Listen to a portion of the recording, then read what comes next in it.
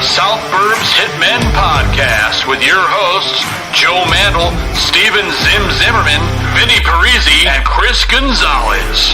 We're bringing you the White Sox coverage you need from the perspective of true Southsiders. Grab your Comiskey dog with an ice cold beer and meet us in section 155. Everyone get on your feet for your South Burbs Hitmen. That ball hit deep. Way back. You can put it on the board. Yes. Jimenez in the air. Left field. He's your hero tonight. Thanks, Cubs. Over the head of Jenks. Uribe charges, throws. Out! And the White Sox have won the World Series. Alexei! Yes! Yes! Yes! Yes! Yes! History! A perfect game by Mark Burley, and what an unbelievable play by Dwayne White. First pitch starts now.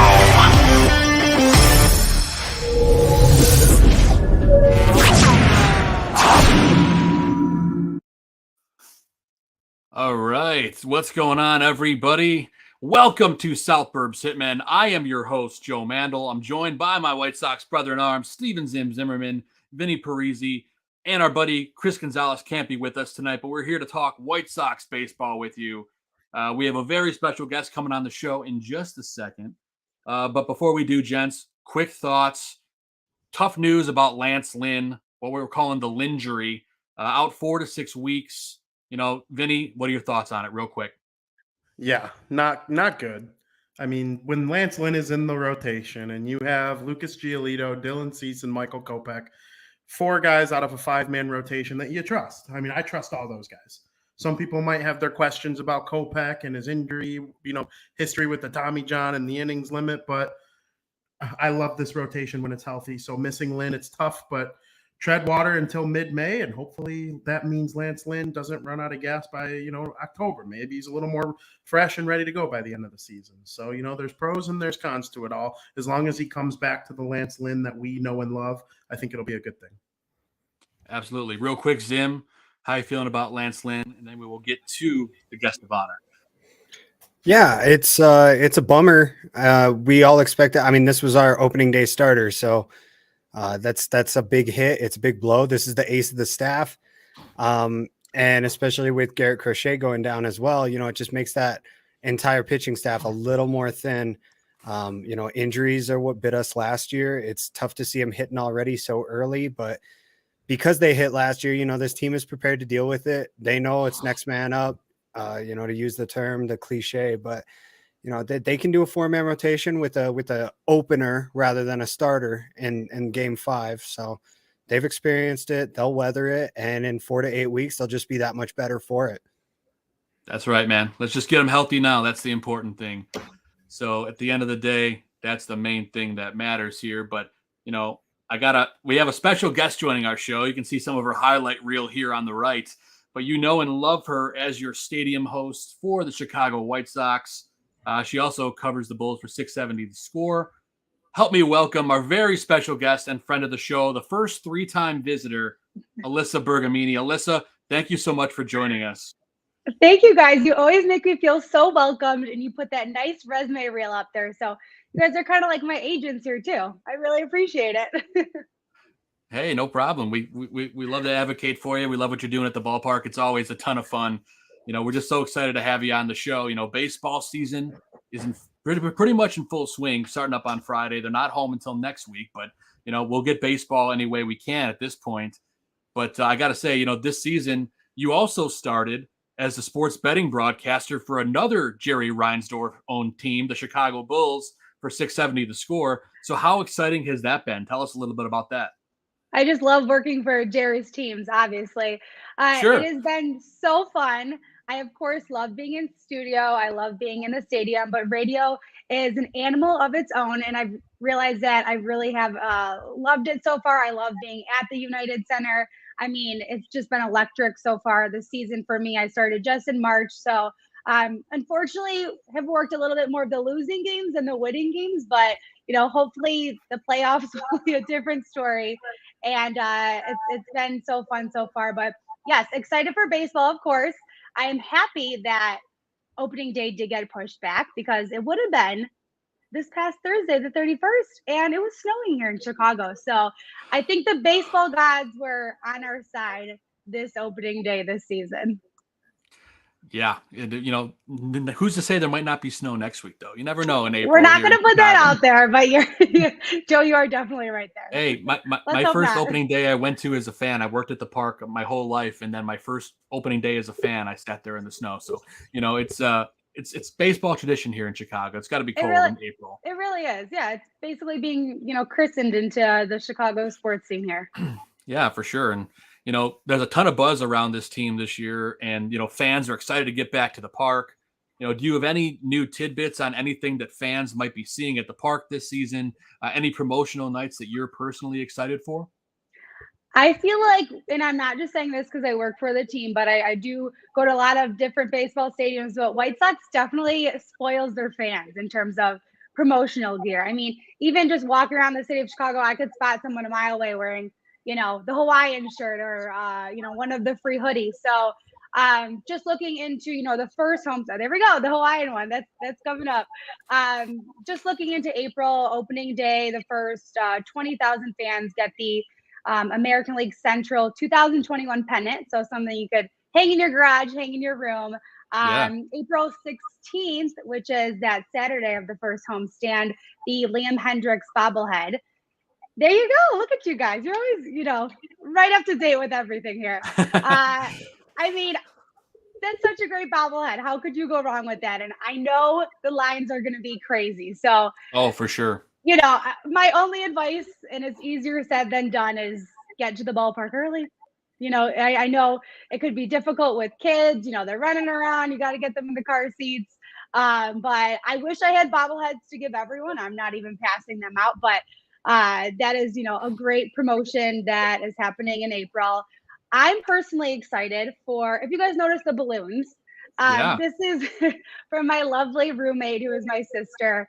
She set up for my birthday. My birthday is not until April 30th. So end of the month, I will be working the White Sox game. I requested to work this game. And that is the White Sox hockey jersey. So you cannot go wrong with that either. I mean, you could wear that if you're going to Blackhawks game or just, winters here in Chicago. Look at you guys. Got it up already. Yeah. I mean, that's swaggy. That's something that I would wait in a long line for. So, that's April, and then May 1st. So that's Sunday right after the 30th is the crew neck, just a gray White Sox crew neck. Again, we just are great about giving this apparel that we could wear to these games, and they're smart with knowing that in April it's going to be chilly. So, we're not giving away some tank tops here. And then I could go on and on. I mean, May 14th, I'm looking at this so I get it all right. The Tim Anderson bobblehead from the Field of Dreams game. There you go. Another one that I think that might be a really busy game. I mean, it's going to be huge. I've noticed, yes, a lot of the games have been more crowded than usual, but once the kids are out of school and it's May, it's June, July, even August, simple insanity. I mean, I get to the ballpark 2 hours prior, and last year I had to go a little bit earlier because y'all were taking all the parking spots. It's so true. I had difficulty parking to get to my own job in the stadium. So yeah, I've been leaving earlier, and that's not really a bad problem to have, but I also am always jealous when I see everyone tailgating, and I'm like, that burger and beer looks fabulous, but I got to go inside to work. So you guys are great about being at the games early, and I know you guys want all the promotional gear, the bobbleheads, and I don't blame you a bit because I'm also a hoarder of the promotional gear. It's at this point out of hand, but I'm not complaining. Yeah. I mean, at a certain point, you just got to keep collecting it, and it goes in a box, but you got to have it. I'm the same way. So yes. But, so, you mentioned that the Sox do a great job having, creative themed nights at the ballpark. You've got Mullet Night, you've got a million Elvis Night. What's your favorite out of all the gamuts? You've been through a bunch of them, so Right. you can even give us a top 2. I get this question a lot, and truthfully, I enjoy them equally in a sense. When I have to go above and beyond and dress up, I kind of like that. So say it's country music night. I mean, that's fun. And, there's always the post-game fireworks, especially if it's a Friday game. I really enjoy that. My boss, Michael Gomez, shout out to him. He's the one that makes the playlist when you guys hear, the Nice. songs going on during the fireworks. So that is not just, a casual hit play, let's go. He puts a lot of time and effort into that. I've worked so many Star Wars games, and I've never really seen Star Wars, from beginning to end, and I've dressed up as Rey multiple times. You guys are very good about having all this prepared. I'm laughing. Yep, We did our homework. I still got that outfit. I've worn that twice at White Sox, and when I worked for the Chicago Wolves, also a Star Wars theme night. And yes, I was Princess Rey again. Nice. So I don't think there's Star Wars this year. I did see there was Beatles night, so that will be fun. Great playlist. Even just Polish Heritage Night or halfway to St. Patrick's. I know you just asked for 2 and I gave you 5, but I'm just thinking off the top of my head, all the ones that are fun to dress up as, and give away different themed T-shirts. Whether it's the T-shirt toss from the Mazda of Orland Park Pride Crew, different T-shirts there. So, and I feel like that doesn't, the theme nights are more in the midst of summer too. So it really gives it that whole summer baseball feel. Awesome. Well, getting into the nitty gritty of the baseball side of things now, I got to ask, what's your prediction for this season? And bonus question, who leads the White Sox in RBI this season? Oh, just 162 wins, like right off the bat. Just Oh, nice. That's gonna be the season. Like it. No, but I would say, I would love to have 95 wins, and it's so hard to predict these, wins and losses, and you don't want to get too much into the record, but obviously coming off of the heels of last year and getting the taste of, the 2 playoff games, that was just simply incredible. It just, obviously didn't turn out the way that we wanted it to, but I think for the players, for the fans, it gave it that taste that we were all looking for. Like, we can do this. And of course, last year we were up against Houston Asterix, and that was a little rough. But of course, game 3 was thrilling, and I've never felt energy like that before. So most RBIs, I feel like Tim Anderson every year. I mean, it goes without being said, but he just surprises us year after year in the best way possible. Even listening to, certain podcasts where Tony La Russa was talking about how him and Tim are close, how they're friends, how they're boys. That even, I think, says a lot about just, who he is as a person, as a player, and how much he appreciates being on the South Side. I mean, he has a house here in Illinois and really is ingrained in the community, and through and through is a great guy. Is fun to be around. Is fun to watch. Unfortunately, we won't get to watch him for those first 2 games, but I know that the 3rd game, it'll be good. Oh yeah, he'll be back. I mean, let's be honest. We need him towards the end of the season. Even yeah, it's okay. Maybe, the first 2, it's okay. Yeah, we're just playing the Tigers. Right, fine. Just the Tigers, just Detroit. And he'll be playing when he's at the home opener, so he'll be ready to go by then. That's the important thing. That's what really matters. Yeah. And back to the home opener, I personally have missed the I don't want to call it the wrong sponsor, but the drive around with the cars introducing the players. So I know that will be back in action. Obviously, last year we didn't get to have the full 100% capacity. The year before, nothing at all. So last time was really in 2019. So that'll be fun to have that back. Absolutely. We're very much looking forward to it. Can't wait to get to the South Side for a home game. Yes. I'm going to toss you over the fence to my co-host, Steven Zimmerman. Zim, take it away with your questions, my friend. Okay, I can do that. Hello, how are you tonight? Hi, I'm good. How are you? I am just shaking off the awkward. It's the first show of the season for me, so No, I feel no awkwardness from you guys, so you're doing fabulous. Hey, Joe's on his game. I can't speak Stop. so much for myself, but well, all right. So you just like you gave some predictions, but like I want to know where you're at with this year. Like, what's the point where you're like, okay, I'm happy with that. Like it might not, it might not end the way we want it to, right? We all want it to end with the World Series, but where's the point where like you're happy with how this season wraps up? Making it farther than we did last year. I mean, that was kind of such a sting too. Like I was just mentioning, you got a taste of it, but we didn't really even make it, or we didn't make it to the round after. So obviously the goal is a World Series. I mean, I can't even imagine working a World Series game. I would lose my mind in the best way possible. So yes, World Series. And I do think that can happen. And if any year, it's going to be this year. It is unfortunate that everything was a little bit pushed back, and because of 2020 not playing full season, and then getting really bit with the injury bug here and there. So I loved what you guys said. What is the term that you use for Lance Lynn? Lingerie. Yes, yeah, that's pretty funny. So we're starting out a little bit with that, but that's not going to be too long. So let's just hope that for now, that's really the only one. So really, to answer your question, make it way farther than we did last year, way more playoff games, way more home wins. I do feel like this past season, you felt the energy a lot. You felt that the team wanted it. And I think, just coming off of that year, it's going to be just an amazing season as well.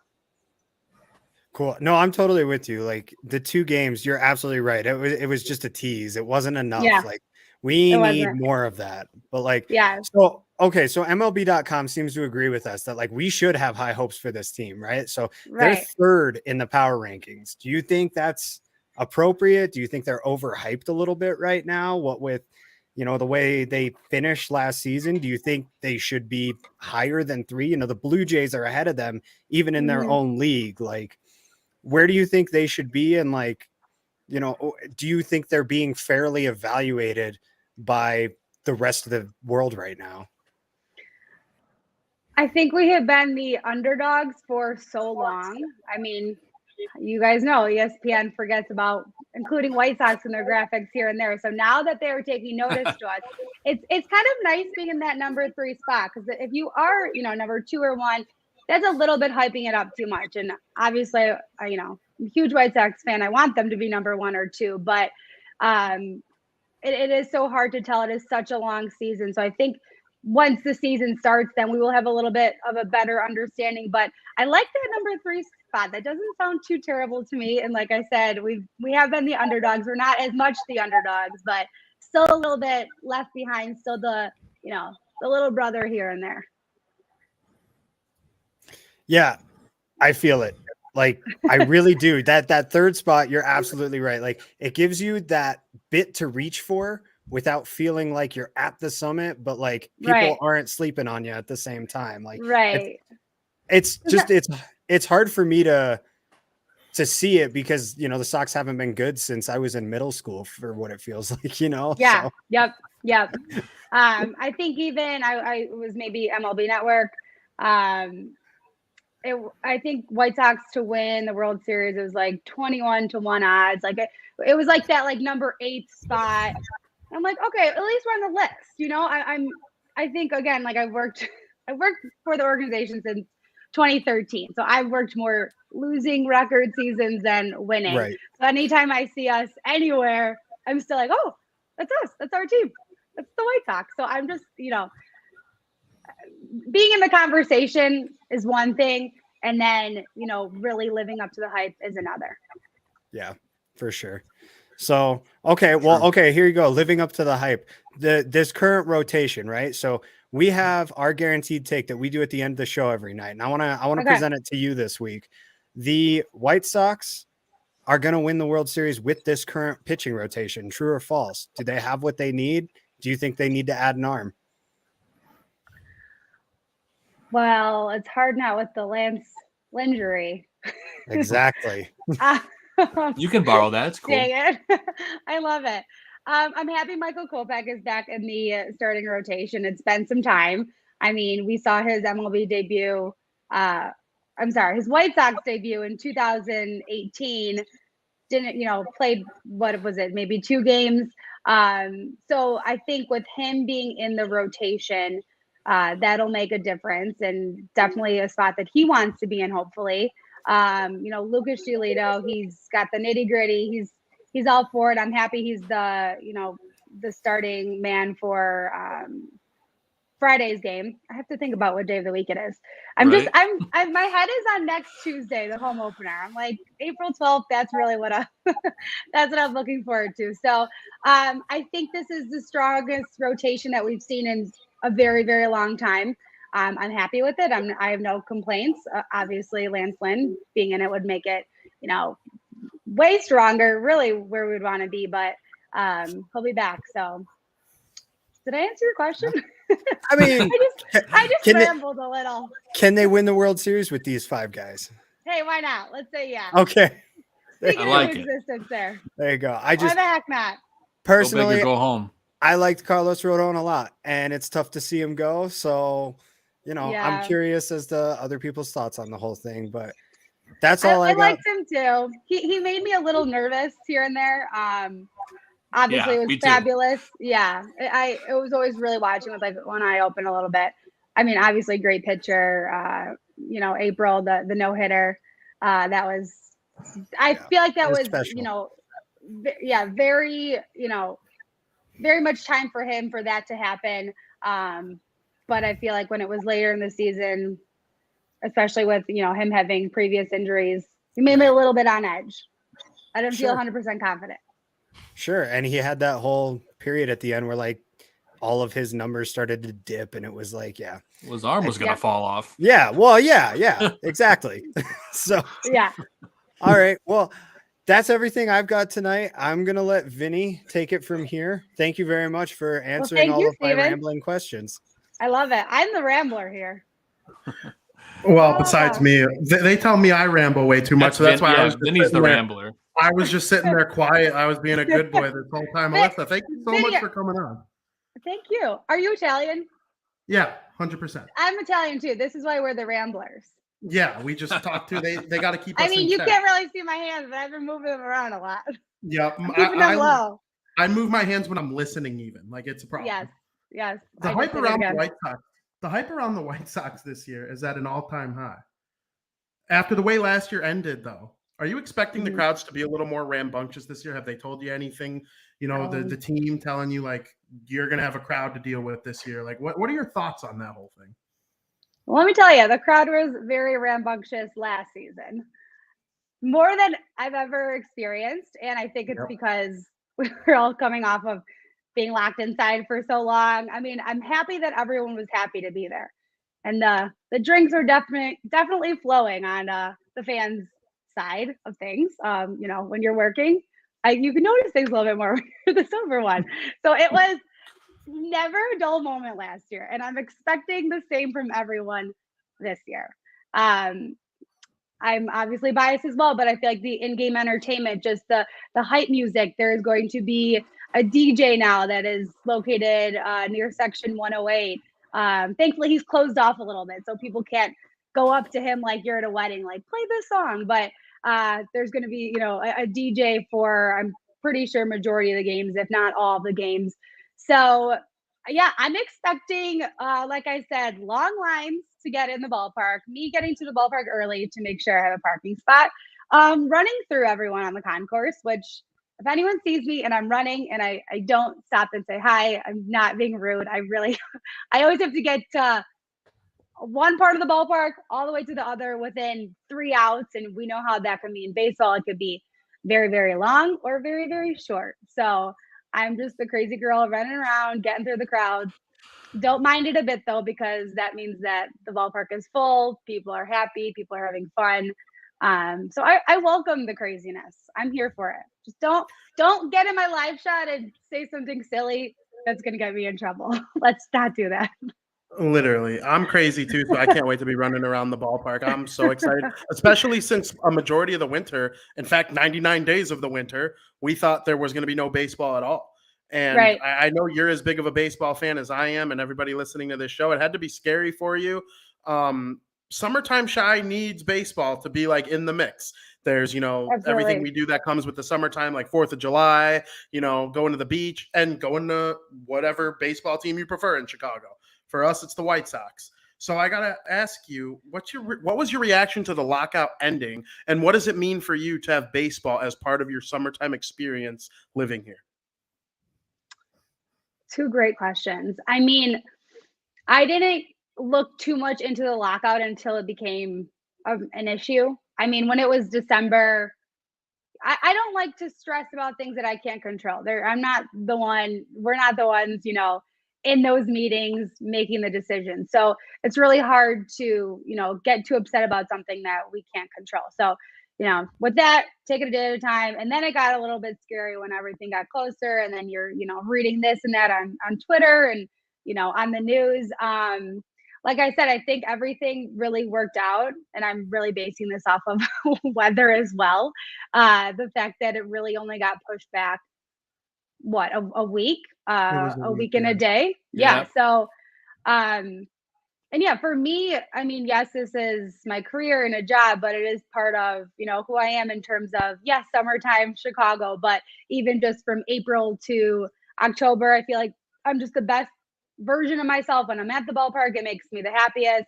I enjoy everyone I work with. I mean, I go to work and, it's like being at a party every day. So I'm like, yes, I need this party every day. Nothing was worse than 2020. I mean, that just was terrible times. Don't want to relive that. Even last year, I couldn't go back until June 3rd because of capacity. So even, cut short last year, I still went to a ton of games beforehand. I was like, if I can't be here working, I'm going to still support my team, still enjoy, get as many hot dogs as I can. So yeah, it feels like October was a while ago, but also, not too far in the same sense.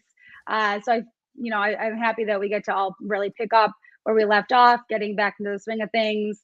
I love opening day. Hopefully we're doing, some hits maybe on WGN for the morning show prior. I love being there literally all day. I've worked opening days before where they're like, can you be at the ballpark at 4 a.m.? And then, yeah, work in the game. So it's just, it's the best day. For me, it's better than Christmas, Christmas Eve. Love all that too, but love opening day the most.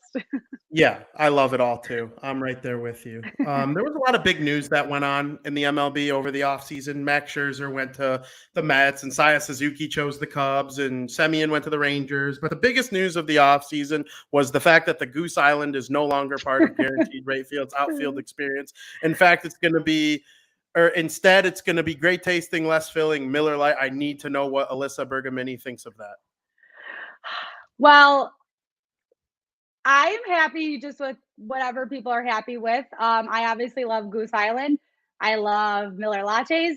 I love that people enjoy just drinking beer at the ballpark. So the Goose, it's not like I was hanging out with the Goose at all these games. And it's not like the Goose was talking back to us and we lost some friend here. So we could still, you guys could still get Goose Island elsewhere. The Craft Cave, now the Craft Lodge, that is a place that I don't feel like people know enough about. It is awesome down there. It has, over 75 craft beers. You just open the fridge, you pick what you want. They have, a full service bar where you can get anything you want. They have, gourmet food down there. I mean, that's another thing about the ballpark. They just have the best food.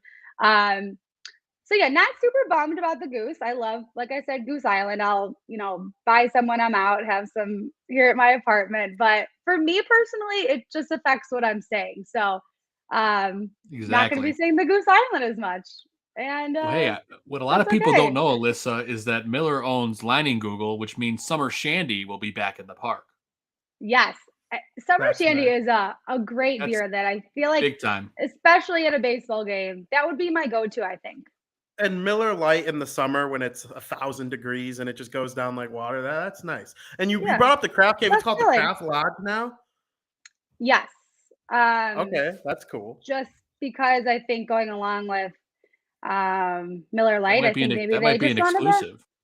exclusive. Yeah, for sure. I think Brooks Boyer beat me to that. He was on the I missed score. that one. I'll give you an exclusive that will be there is Rainbow Cone. Oh, Rainbow Cone. Okay. Wow. Ooh. Yeah. I'm sure Alyssa maybe dropping the that's out there. exclusives. If not, I mean, it's ice cream. I'm going to promote that Rainbow Cone will be there. That's incredible. I'm assuming in the outfield would be my educated guess. I don't exactly know. But yeah, I think if you are from the Chicagoland area, you know what Rainbow Cone is. And if you don't, it is delicious ice cream that has it's rainbow. Rainbow flavors. And all the flavors of the rainbow.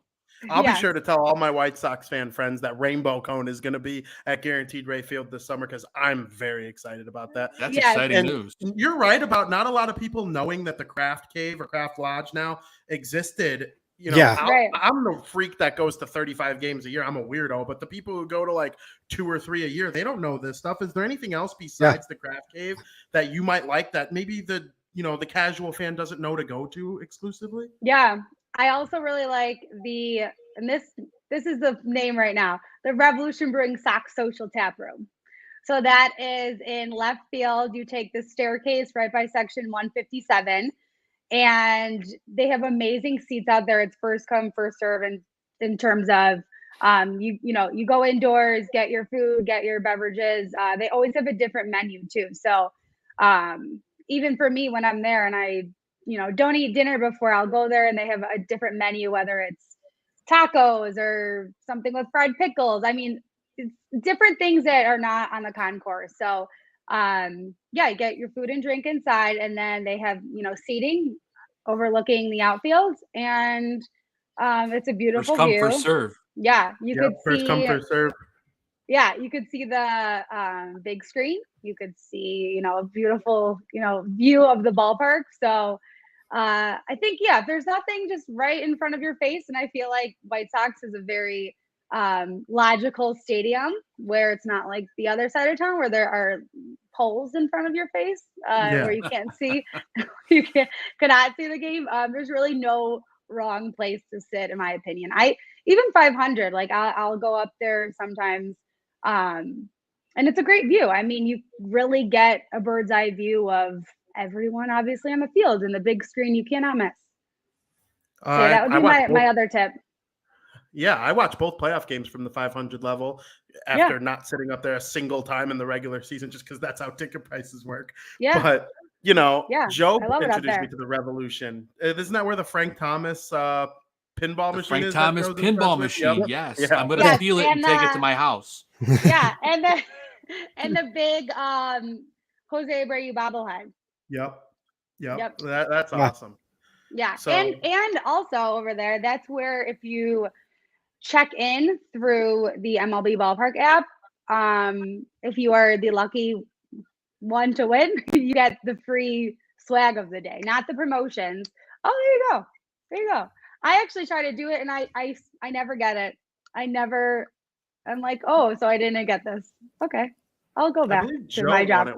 When me and him I went with Vinny, and it was an ugly hat, and he liked it, and I said, you could have it. You got one to the game we went to as well. I did too. We both did. That's awesome. Yeah, definitely lots of hats. But yeah, I mean, that whole area I really like up there. Absolutely. Thank you so much for coming on our show, Alyssa. I'm going to toss you right back over to Joe so he can end it for us. Yeah, no, I'll toss it back over to me, and I'm gonna preface it with this: is Alyssa did not ask us to do this, but I'm gonna go ahead and do it anyway. We're gonna help promo Alyssa. She's got her own cameo, and we put a video so you can go and make your own cameo. So check this out. Hello, what's up, everyone? It's Alyssa Bergamini here, host for your Chicago White Sox, as well as host on NBC Sports Chicago for High School Lights. So excited to be teaming up with Cameo, getting to interact with you all.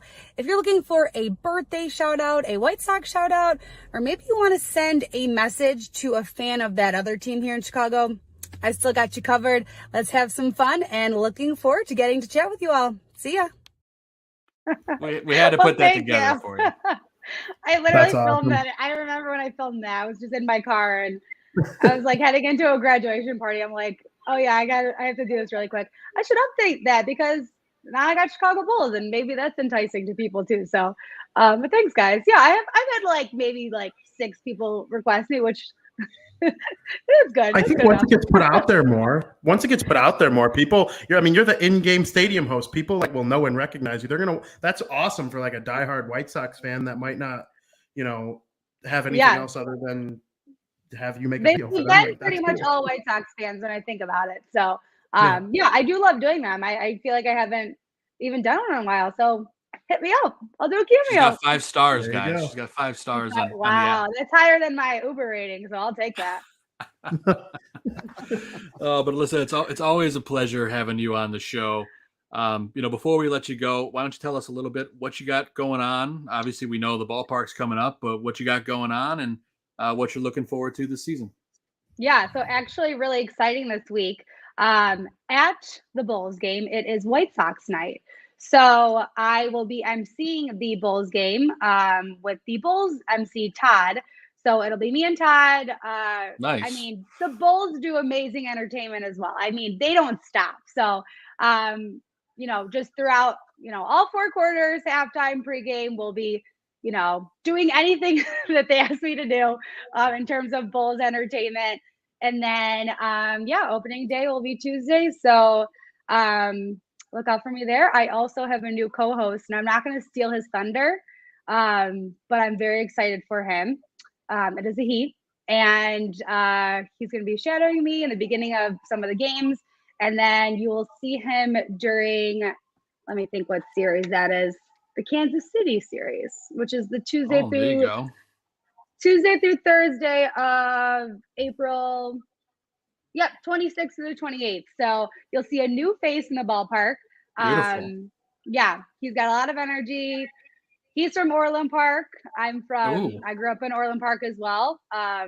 We didn't just choose each other Coincidence. because we're Orland Park people. We just both, love our careers and love the White Sox. So very excited for him. I'll be introducing him at one of the games. So look out for that as well. And in the meantime, hey, let's go White Sox. Let's start the season out strong. Let's go. And make sure you put a little bug in his ear that he should come on South Burbs Hitmen at some point. Once, he probably would love that. He's going to get a lot of requests now, and I'm gonna put his name in all the hats. Yeah, as soon as he gets his account up, we'll make sure we give him a follow, and that'll be one of the first messages in his inbox. That's for sure. There we go. I love it. Love it. So awesome, Alyssa. Thank you. And before you go, I know you gave us a great station ID last time, but we can't help but ask for another one going into 2022. So wondering if you could just put your own spin on it. I'm Alyssa Bergamini, and you're watching South Burbs Hitmen, something along those lines. You always do it fantastic. So I'll give you the full screen so we could use this in the opening of our show at some point. But I can count you in whenever you're ready. And do you guys? I want to get the verbiage right. Do you not a podcast? What do you refer to this more as, like a broadcast? What's the right verbiage? I want to get it right for you. That's a great question. I call it a podcast, but I guess we could say you're. Yeah, I guess we're a podcast. Okay, we're we'll do podcast. All right. Okay. So I'll count you in whenever you're ready. You ready? Okay. All right, here we go. I'll count you in. Here we go. 3, 2, 1. What's up, White Sox fans? Alyssa Bergamini, your in-game host for your Chicago White Sox, and you are watching the best podcast on the south side of Chicago, South Burbs Hitmen. Make sure to tune in. Oh my gosh, it's the one take Alyssa Bergamini, the best of the best, the pros pro. Thank you so much for that. Thank you, guys. As always, thank you for taking the time to hang out with us and talk White Sox. We cannot wait to see you at the ballpark. Opening day coming up a week from tomorrow. Go see Alyssa on the south side. And Alyssa, thank you so much for joining us. Thank you, guys. Are truly the best. You guys are the best. Back at you. And don't be shy. Say hi to me at the ballpark. Absolutely. We sure will. Enjoy Alyssa, thank you so much and have a great night. Bye, guys. You too. All right. Bye-bye. Bye. The always amazing Alyssa Bergamini, ladies and gentlemen, the pros pro, the best of the best.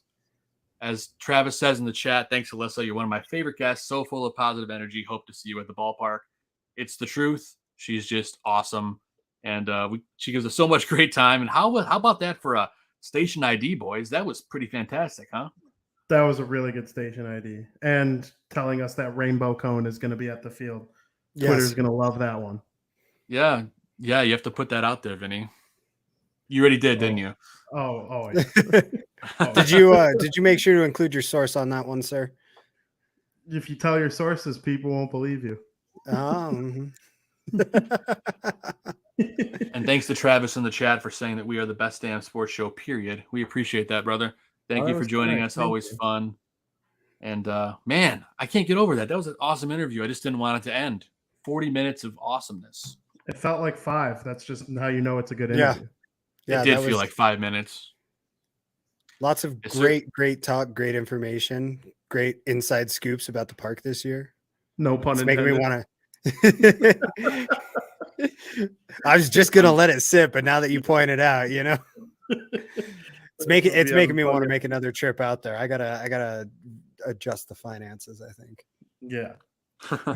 Well, hey man, we will certainly go to a game with you if you come to town. I got a 20-game plan again, Zim, so we'll make something work. Or I'll just sell you my tickets because I got a kid now and I can't go to 20 games anymore. But I'll definitely be going to some games. I just don't know how many. But anyway, boys, let's get back to where we were at the top of the show. Like we were hitting on the hot news. We talked about Lance the injury already.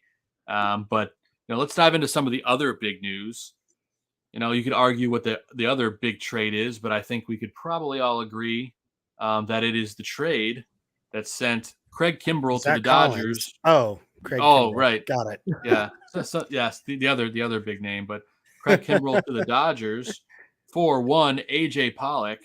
Here's a highlight reel from 2021 of our boy AJ Pollock, and he is the new right fielder for our Chicago White Sox.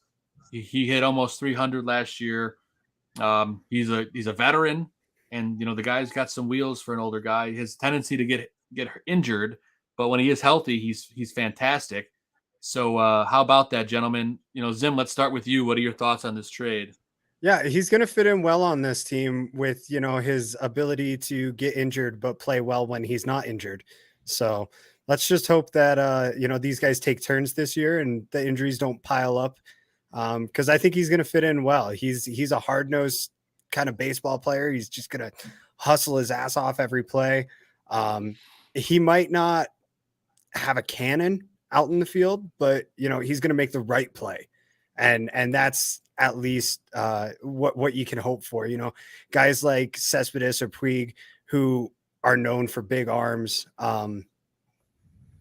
That they're also kind of boneheads at the same time. So I'd rather have a guy who's sure of mind and slight of body, I guess, than the other way around. Very true. I love it. Vinny, your thoughts on the trade? I'm just going to pretend that the White Sox traded Nick Madrigal and Cody Hoyer for Pollock. Pollock. That's a great way to think of it.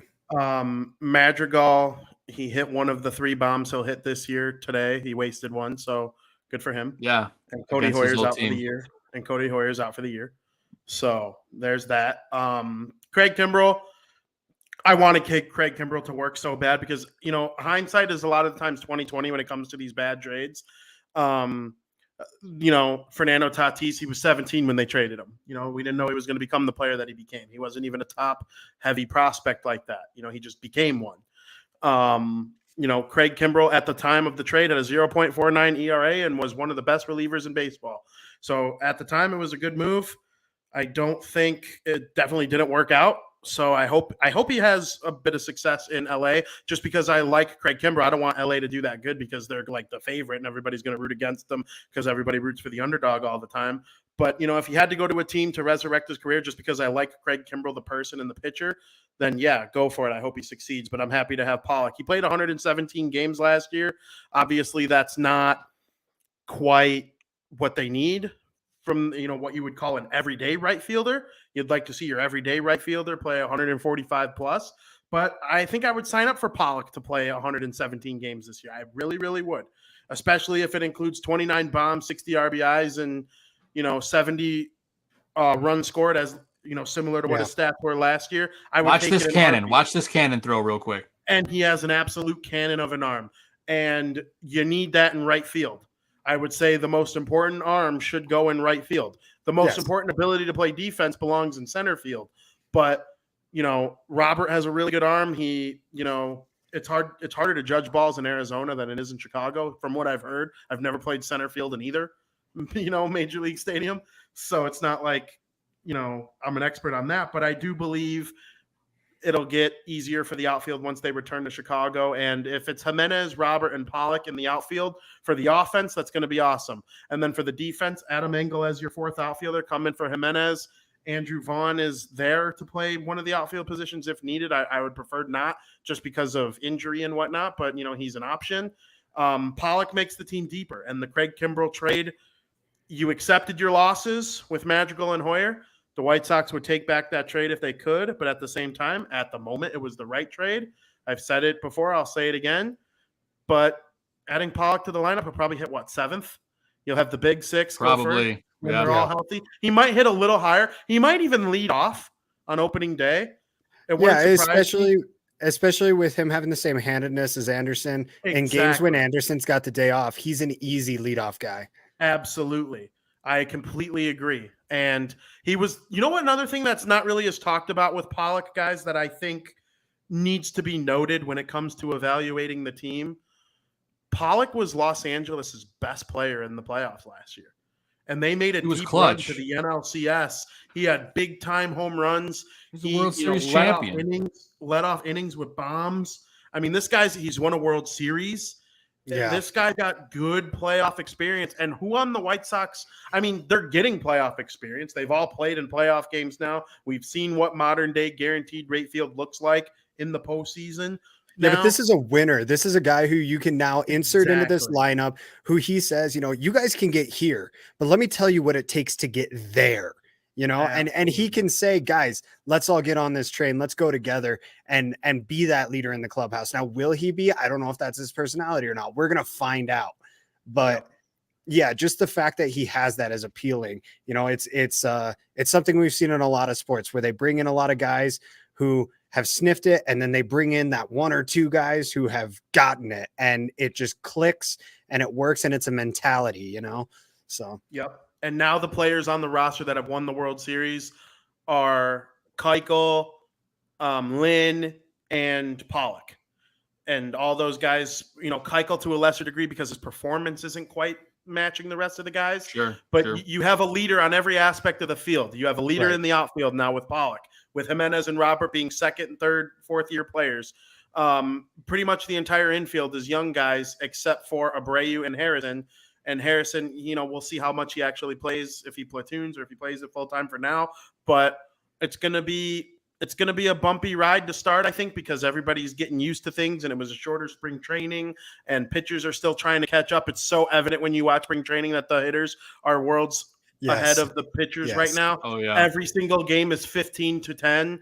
Even the guys who are going to be in AAA and AA 2 weeks from now are smacking home runs off of pitchers. Like I saw Rowan Wick. Rowan Wick isn't like an awesome Cubs reliever, but he's a Cubs reliever. He'll be on the major league roster. He's a major league arm. He's giving up bombs to guys who don't even have last names on their jerseys today. So take spring training with a grain of salt. But as far as this move with Pollock, I'm super stoked about it. And happy Andy Vaughn was able to return to the lineup this week, and he replaced Pollock in the lineup today because he was under the weather. But that's what I got on Pollock. Yes. Long-winded answer.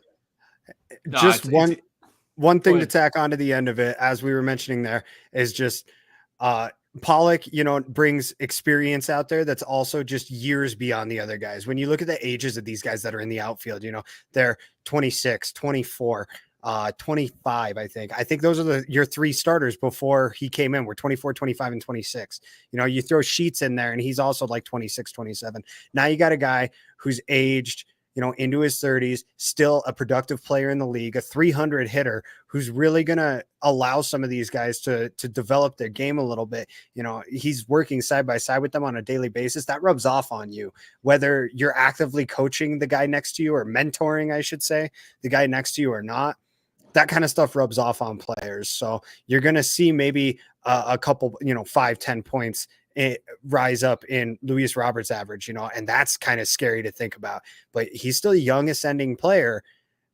it's going to make the rest of that outfield that much better. I like a lot of what Pollock brings to the plate. I don't know much about him defensively, but what he brings to the plate is really appealing. The only objection I have is that he's a righty, not a lefty. All offseason we were saying left-handed right fielder, left-handed right fielder. Well, unfortunately we don't get that, but I think he checks off literally every other box he could. No doubt about it, man. I'm excited to see what AJ does. The last time the Sox traded for an AJ, they won the World Series. So I'm just going to leave it at that. I'm a fan of AJ's, so I think it's going to go over Nobody well. talks about the fact that it's AJP. Yeah, same AJP. Trade for an AJP from a National League West team, and you win the World Series. That's just what the last time the White Sox traded for an AJP from a National League West team, they won the World Series. We'll leave it at that. Okay. And then we'll move on to our next ticket item, which we've been on this for a while, but it's a big deal. To a lesser extent, less excitement anyway, Zach Collins was traded 2 days ago for backup catcher Reese McGuire from the Blue Jays. Flat out, straight up trade. He's a good defensive catcher. He's not going to smack the ball out of the park constantly, but he's a decent bat. It's a pretty good trade because Zach Collins has kind of materialized into nothing. So I'm not too upset with it. I think more people are going to be a little bit upset when they hear a little bit about Reese McGuire's social life, but that's a conversation that has to come up at some point. Go ahead, does Zim. it? Does it? Like, does that really need to come up? He's your third string catcher right now. How much of an issue is that? I don't think he's a third string. I think he's our backup catcher. Would you agree with that, Vinny, or do you think he's third string? I think Shufo. I was like training myself how to say it earlier. It's pronounced Shufo, I believe. Yes. Now that I think about the White Sox pronunciation guide, it was Shufo. Yeah, it's Shufo. And that's why I was like sounding it out to myself like a first grader learning a new word. But I think he's made some good plays in spring training. He's got an arm. He could keep guys from running out. I'm not sure about his bat. He had a nice sacrifice bunt today against the Cubs, and that was still when major league players were playing for each side. It wasn't off of like a reliever or, the B string defense. We'll see what this Reese McGuire kid can do. He's got plus defensive analytics, but, I don't live and die with analytics. I use them as a tool in addition to what I watch on TV or at the game in person. I don't live and die with it, like I said, but, Sebi Zavala's in the mix, but I'm not sure the trade means well for Sebi Zavala. Shufo has played well in spring training. Part of me thinks they're going to take Yasmani Grandal's opinion into consideration with this a little bit. I'm sure his leadership will be, taken into consideration quite a bit. Zach Collins and Reese McGuire both failed first-round picks. I don't even necessarily know about failed. They're both like quadruple A players. You know what I mean by quadruple A? Like you're a little too good for triple A. Like if Zach Collins went to triple A right now, he'd hit 300 and hit a bunch of bombs like Jake Berger. Like he'd be like a Jake Berger type guy. But Reese McGuire, if he could come in and play good defense, then I'd probably prefer him. But if Shufo is playing good defense, I don't care if whoever's Yasmani Grandal's backup hits 0.050 and hits maybe one lucky bomb that they ran into because it was a good barrel, and that's their offense for the season. I don't care. Right. Because Grandal's going to hit 25 to 30 bombs. He'll probably bat like 240, but his on-base percentage will be in the high 300s, and his OPS will be in the 800s. So, that's where I stand on the backup catcher. It's basically two teams hoping that their backup catcher situation's flopping. Can kind of get them going. Well, but Justin in the chat brings up a great point about Yaz DHing, right? Yaz is an offensive catcher. We all know this. I've talked at length about it, right? All last season. But when you look at the framing, but when we get robot umpires, Yasmani framing isn't going to do jack crap anyway. I don't think he's that good of a framer either, but that's just my opinion. Again, we don't live and die by the metrics. We live and die by what we see. That's what my eyes see. Your eyes may see differently, and we're all entitled to those opinions. But at the end of the day, what the metrics say, right, is when we look at Yasmani Grandal defensively, right, it's almost identical to what Reese McGuire put up defensively last year, right? So have a backup catcher that's not a drop off at all. We'll see. Again, this is assuming he gets the backup job, and this is assuming that everything gels with his starting pitchers, right? Because we all know that what happens with your battery, like Totally. it can get weird sometimes if guys aren't on the same page. But, if we're looking just at the metrics, we're now talking about being able to defensively stay the same while offensively potentially getting better in games when Yaz needs to rest the legs, right? It's definitely an advantage. It's an upgrade over Zach Collins for sure. Because, metrics or not, we can all look at Zach Collins and say he was not up to snuff behind the plate for whatever reason. For whatever reason. And that's it, just at the plate too. Like, okay, so if you can upgrade one of those two areas, defensively is probably just as important as offensively. But from your catcher, this is a guy who's going to be batting 8 or 9 in your lineup. Are you really that concerned about his offensive production? Like you said, Vinny, you don't care if he's batting 050. Like, let's just be able to give Yaz a day off and be confident about it. So absolutely. I think that's a good move for sure. At least someone like Sebi Zavala, there was that one game I was there. It's probably the only loss that I was at last year that was like awesome. And the 3-homer game. When Sebi went off, he hit 3 bombs. I was there with my dad. He hit a bomb. That's right. I remember that for sure. I came over and saw you guys. It was just a crazy game. He ran into one at the Field of Dreams. He smacked one in the corner. Big reason the White Sox won that game. He drew the walk in the 9th inning that allowed TA to hit the walk-off. A 0-2 walk. He drew 4 straight balls to draw a walk, and TA walked it off. So at least Zavala has a chance to do that. We weren't seeing much of that from Zach Collins at all. And I'm not going to lie, guys. Former Sox first-round pick. I hope he succeeds with Toronto. I do. I'm not going to be mad or salty if there's something that goes on over there that clicks with him. I'm not. Yeah, I won't be upset either. But, at the end of the day, they're just trying to get anything for him right now. And, they got something. So we'll see. We'll see if it sticks. We'll put it that way. But we covered a lot in our opening. So we're getting back to the segmented portion of our show. And we're going to dive into a portion of the show where we talk about our lovely manager, the speed demon himself, Tony La Russa, in a segment called La Russa's Locker.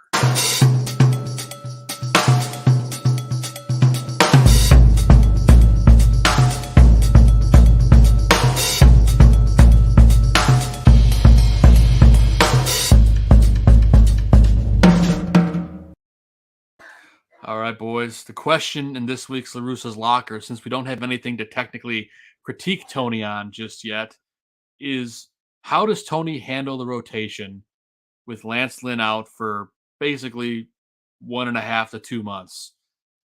Obviously we've seen what he's done to start the season. A video segment from Gonzo later on for White Sox Weekly will detail the starting rotation to start the year. But I'm curious, Vinny, we'll start with you.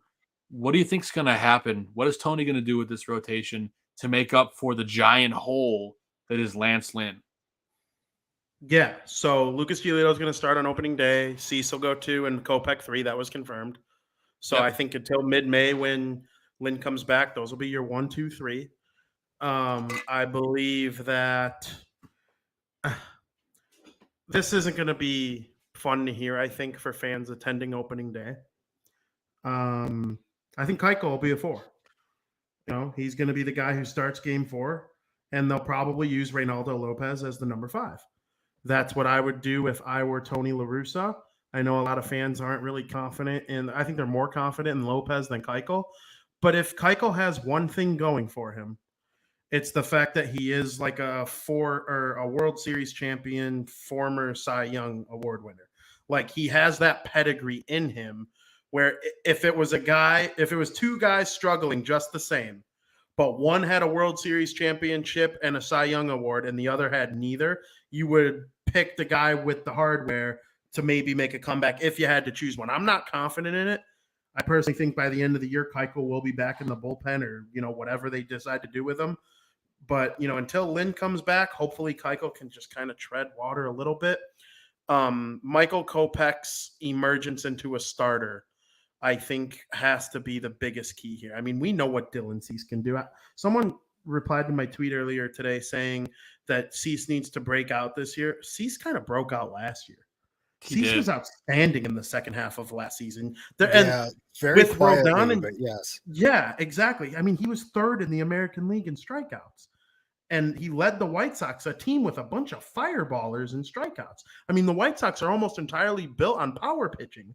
And he led that group in strikeouts. And he's the only player who made 32 starts. Giolito made 31, so it's close. But, you know, the 32 starts, that's once every 5 days of a baseball season. He's reliable. We know what they can do. There was a point last year where every single one of the top 4 guys was their best pitcher. I would say in August, Cease was their best pitcher. In September, Giolito was absolutely their best pitcher. And then I would say that in the first 2 months of the season, and then kind of just if you were to like take the whole year, Lynn and Rodon. So no Rodon. Kopech needs to move in. There's no Crochet to make spot starts. That's tough. But, you know, maybe they go out and trade for a Frankie Montes. I hope so. Someone was talking about Chris Paddock from the Padres, who now that they got Mania, they're looking to move Paddock. Paddock was awful last year. Awful. He might be cheap, though, and he was really good in the 2 years prior. So that could be something, you know, like an Ethan Katz, perfect type of guy, right? So, you know, that's what I would do until Lynn comes back. They need him to come back, though, and they need him to come back well. I wouldn't take any shortcuts with his return.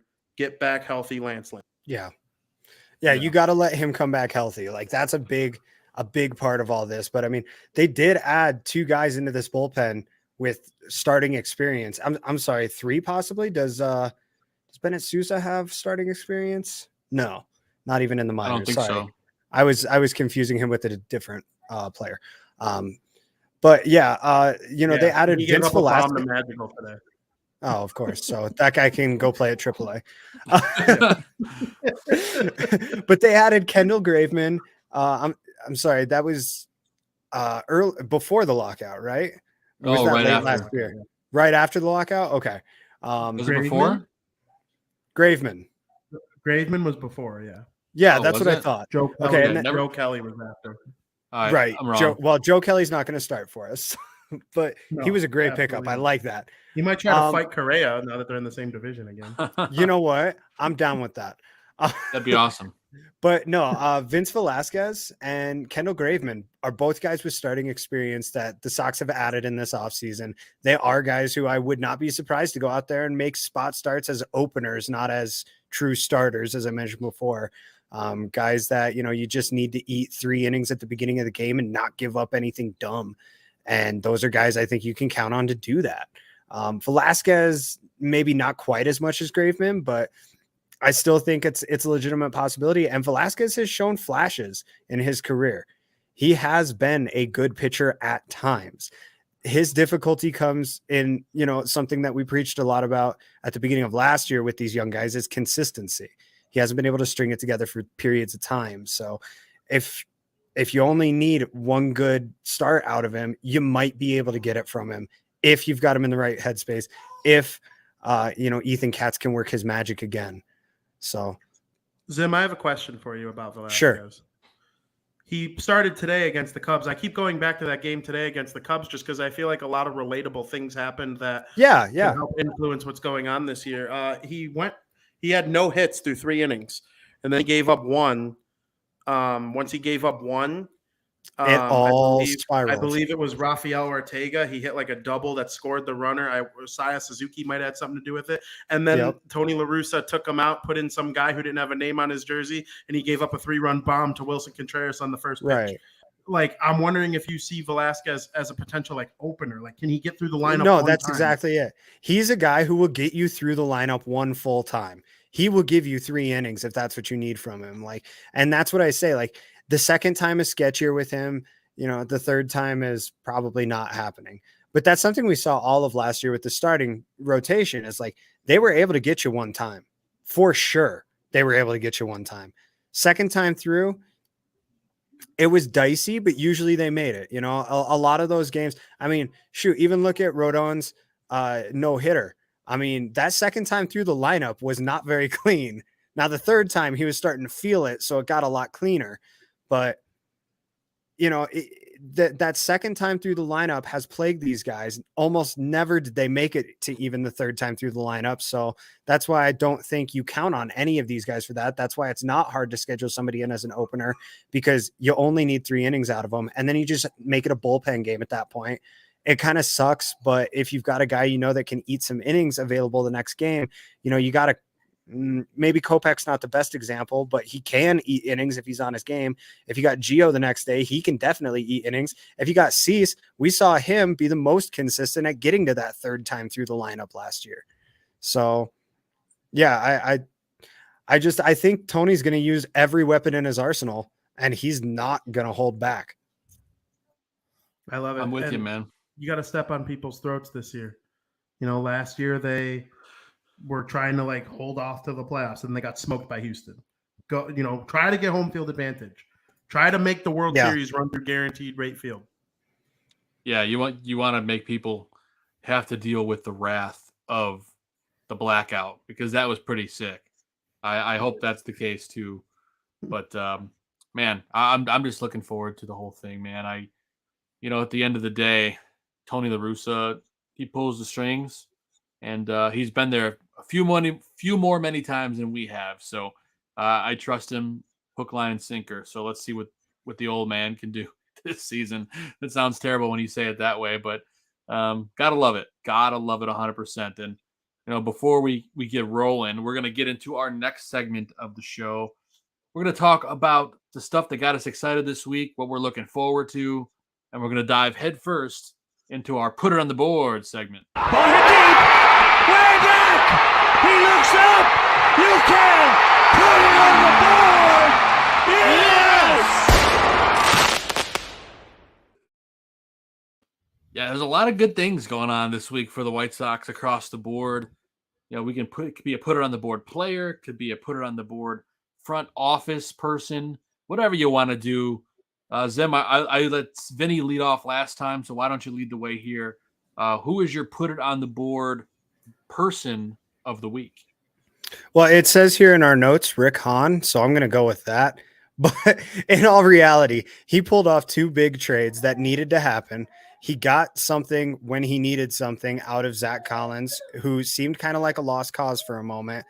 And in addition to that, he managed to pull off the trade for the outfielder that we kind of thought might be coming, but he made it happen when it needed to happen. We saw Vaughn go down. It got scary for a second there. We didn't know what was going to happen. Excuse me. And you just got to kind of roll with the punches when it happens. But at the same time, he did something. Okay. He did something that really altered the course for this team for the rest of the season. Now, Joe's just put something on the screen here. We got some breaking news coming through. The Detroit Tigers have acquired Austin Meadows from the Rays. You guys want to riff on that for a minute? I know of Austin Meadows. I do not know in depth much about him.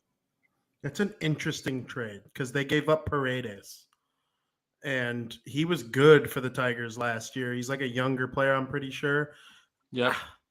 Meadows was traded with Glasnow, or for Glasnow. Glasnow was like a prospect that nobody had ever heard of before except for Pirates fans. And, he turns into a Cy Young level pitcher with the Rays, and then Meadows goes back to the Rays.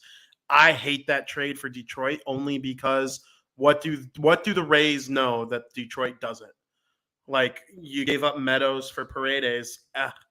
It's hard to make trades with the Rays, in my opinion. They're like making trades with Bill Belichick and the Patriots if you want to take it over to football. Like, the Rays front office has been very good about letting players go at the right time. Exactly. Yeah. And then Chaim Bloom left the Rays to go to the Red Sox, and now the Red Sox started operating like the Rays with more money. And they made it to the ALCS in year 2 of him being in town. It's like, oh, we traded Mookie Betts for Hunter Renfroe. Hunter Renfroe is going to put up similar stats, and nobody's going to even talk about it. Like, and they got prospects on top of it. So the Rays making trades, that's interesting. I don't love having Meadows in the division, though, at the same time. So I guess just real quick, we're going to see a lot of them. We are. Yeah. Just real quick for Meadows, 142 games played, 121 hits in those games, 106 RBIs, 27 home runs, and a 234 batting average. Let's see, where's his WAR sitting at?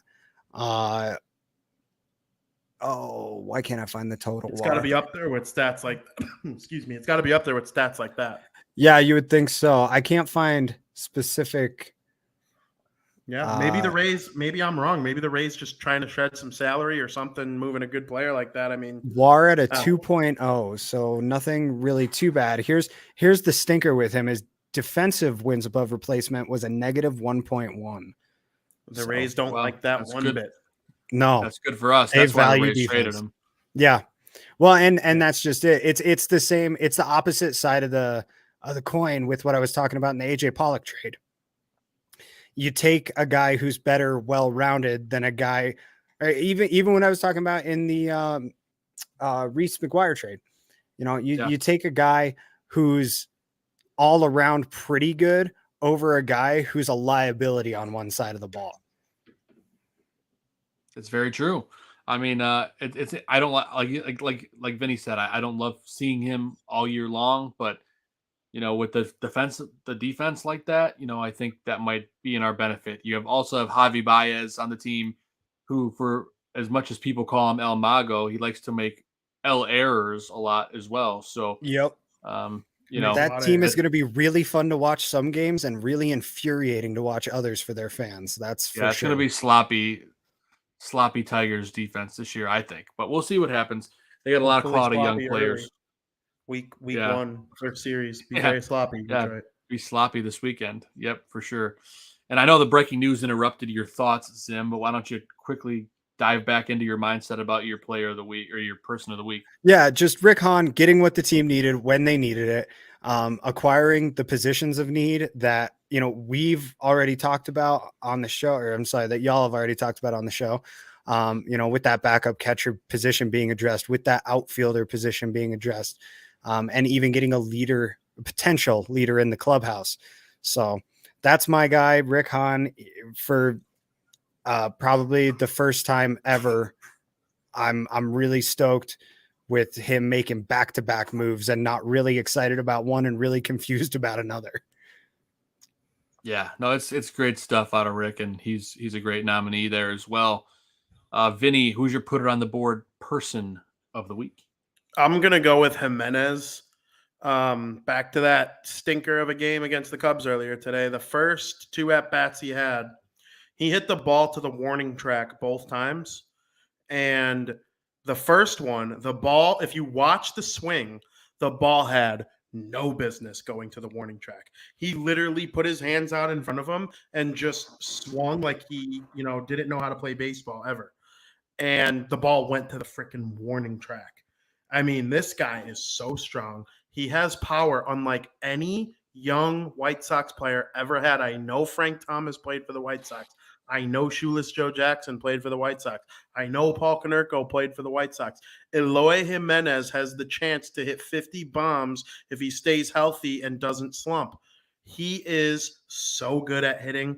I don't care if he makes 15 errors in left field this year. He will more than make up for it with his offense. He accidentally hit it to the warning track. And what does he do? Later in the game, he hits a complete bomb opposite field. You know, some of these to the warning track are opposite field. Some of these home runs are to opposite field. Some of the home runs are, you know, to the right field, I guess you would say, or him pulling it. He hits opposite field home runs too. He can just use all fields to his advantage. And if he stays, the only thing he's battling is health. There's nothing that can stop Jimenez from having MVP level offensive numbers. Well, I'm not sure he'll ever win an MVP because he's so bad in left field.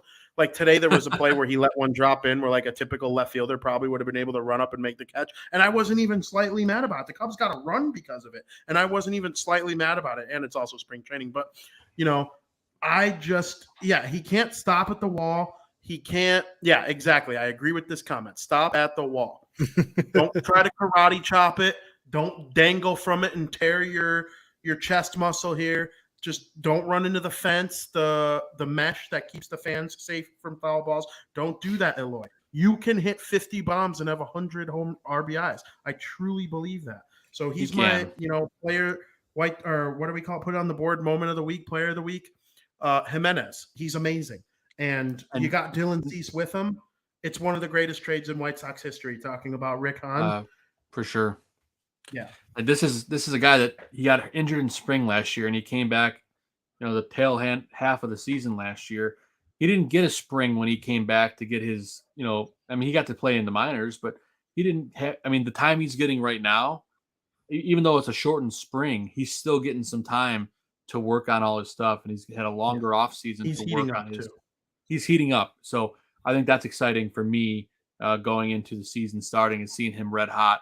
And for my player of the week, I'm going to go with Michael Kopech. He made his spring debut. He gave up 1 run in 2 innings.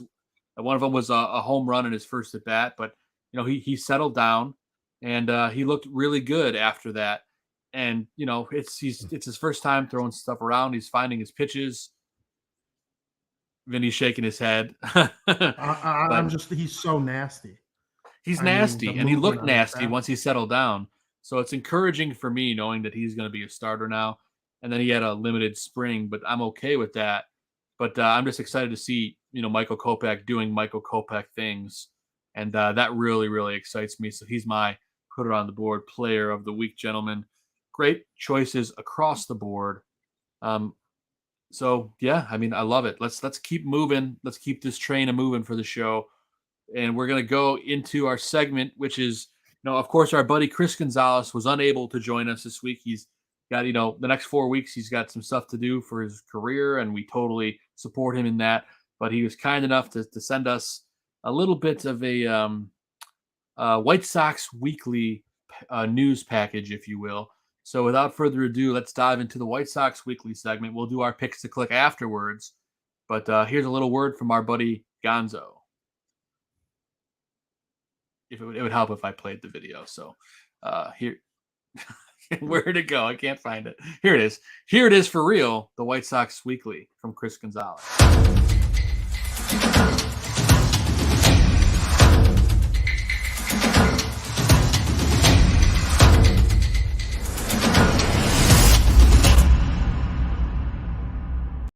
Yo, what's up, everybody?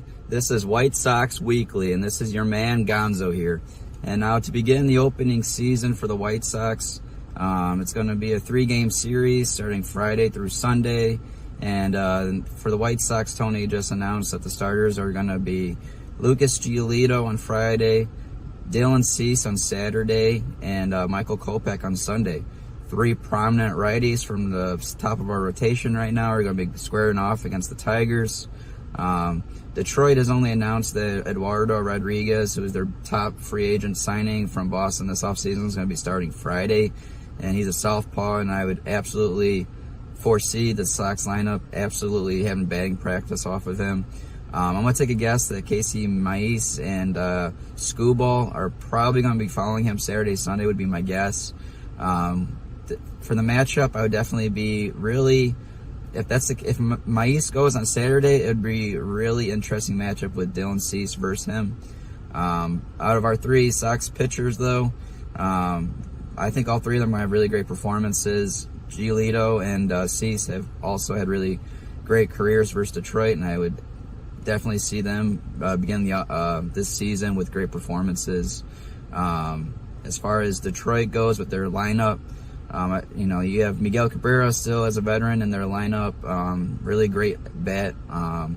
Javier Baez playing shortstop. He was their top signing for their positional players from the Mets, and his K rate has always been high. So I hope he continues to have that trend of striking out with our righties. And then the rookie Badu.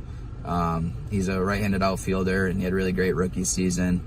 I'd probably put money that he's going to start the season hot. But as far as anything else, the news, Lance Lynn having his surgery with his torn meniscus, out 46 weeks, but hopefully we get him back. And good news is that his arm should be healthy for Soxtober in the fall. Let's keep our fingers crossed that he comes back healthy and dominant as he's been. And then missing Garrett Crochet is going to be a hard loss from the southpaw in our bullpen, but signing Kevin Graveman and Joe Kelly is depth that now is starting to pay off, hopefully. And I'm really hoping big things from this White Sox lineup as they start the year in Detroit. Should be a great series. Guys, back to you. Thank you, Gonzo, for that report. Appreciate it, buddy. And as always, we miss you on the show. Thanks for doing that. But yeah, guys, a big series against the Tigers coming up this weekend, Friday, Saturday, Sunday, opening weekend. It's the Christmas of sports. And, Giolito coming up on Friday, big on the bump. Personally, I'm looking forward to seeing him going all out in a full game and against that Tigers team, which has some good young talent. But as we mentioned, it could get a little sloppy in this game. Zim, how you feeling about this series this weekend? All right, I'll mute there for a moment, but I think that Gonzo really nailed a lot of it. It's going to be really good for our pitchers to get a divisional series against an opponent that frankly should be inferior. They should our batters should really be able to tee off on these guys. They did well to do that last year. Hopefully they pick up right there again. And honestly, I'm just excited for some baseball. At the end of the day, it's time for baseball. After all the BS we went through this offseason, we finally get some meaningful games that we weren't even sure were going to happen 2 weeks ago. Right. So, I don't have much to add. I know that's kind of a boring answer, but it's a pretty straight up series. Everything that can get weird against divisional opponents, but when you're playing somebody who's, you're clearly head and shoulders above, who's clearly kind of desperate going after these middling defensive players, just to try to get some kind of offensive spark for their team. That usually doesn't end well, just historically speaking. Yeah, we've seen it in our own backyard. So sure have. Well, that's all I really got. How about you guys? Vinny, any final thoughts on this Tiger series this weekend? I'm worried. I'm not going to lie. I think, my boss at Fansided is a Tigers fan. He was calling them third place team. And I don't agree. Minnesota added Correa, but they added Correa and they traded Donaldson for Sanchez. Sanchez will hit 30 home runs and be just a trash player every other at bat of his season. So yeah. I'm not as high on the Twins as a lot of people. Their bullpen, their pitching they're going to score a lot of runs. There's no doubt about it. But I think the Tigers are too, and they have better pitching. And I like their younger players a lot more. And they were the second best team in the division last year behind the White Sox all year, except for the first month when they were terrible. And because they were so terrible in the first month and a half of the season, they ended up coming in third instead of second. And they trailed the Cleveland Indians, who are now the Guardians, by 6 games. I want to say it was that they came in third by. So I'm not saying the White Sox are going to lose the series. They're a better team than the Tigers, but they added Tucker Barnhart, and they got Erod now. I think he's either opening day starter. Or did they name Mize? Yes, he is. Yeah, yep. They did. That's what Gonzo said, right? So it's just like, the pitching matchups they're not even. I think Giolito's better than Erod, and we'll see what Mize becomes. He has a potential to become like a superstar pitcher. I do believe that. I see a lot of Garrett Cole in him, but he might not ever be that good. That's some high praise. But, Detroit's going to be something soon, and I'm not happy about it. And my initial reaction was not liking that trade for Detroit at first, but that one confused me. I'm going to have to do some serious studying about it, once this show's over, and really put my thoughts into it, because this is going to be interesting. I'm excited for the series, though, no doubt. Favors Detroit at home, I guess.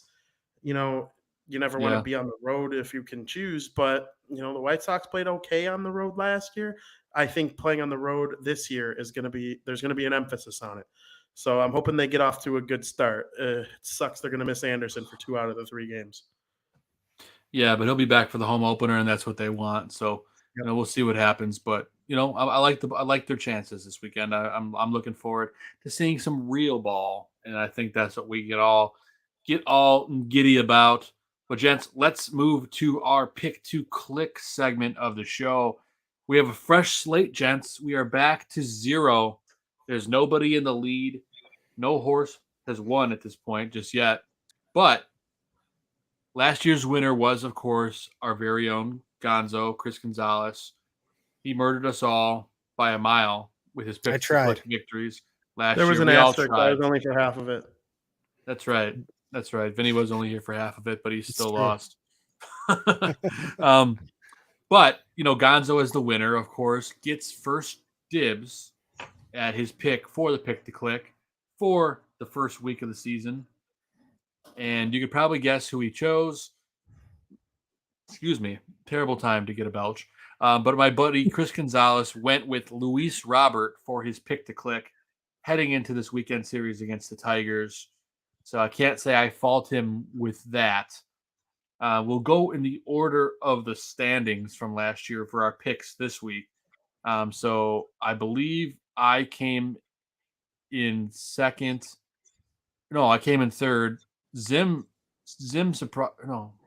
Anyway, I made a run know. at the end. I believe Zim did make a run the at the final end. order was Gonzo, myself, Joe, Vinny with an asterisk. I believe Vinny's winning percentage was higher than Joe's. It was high. So we'll give Vinny third. We'll give you second choice. So Zim, who are you going with for your pick to click? We're confident in this before I make my pick. We're confident in this decision. That's fine. All right, guys. I'm not going to get my panties in a bunch about it. All right. Well, we only have 3 games between now and then, so it's safe to pick a pitcher, I think. So I'm going with our opening day starter, Lucas Giolito. I think he's gonna come.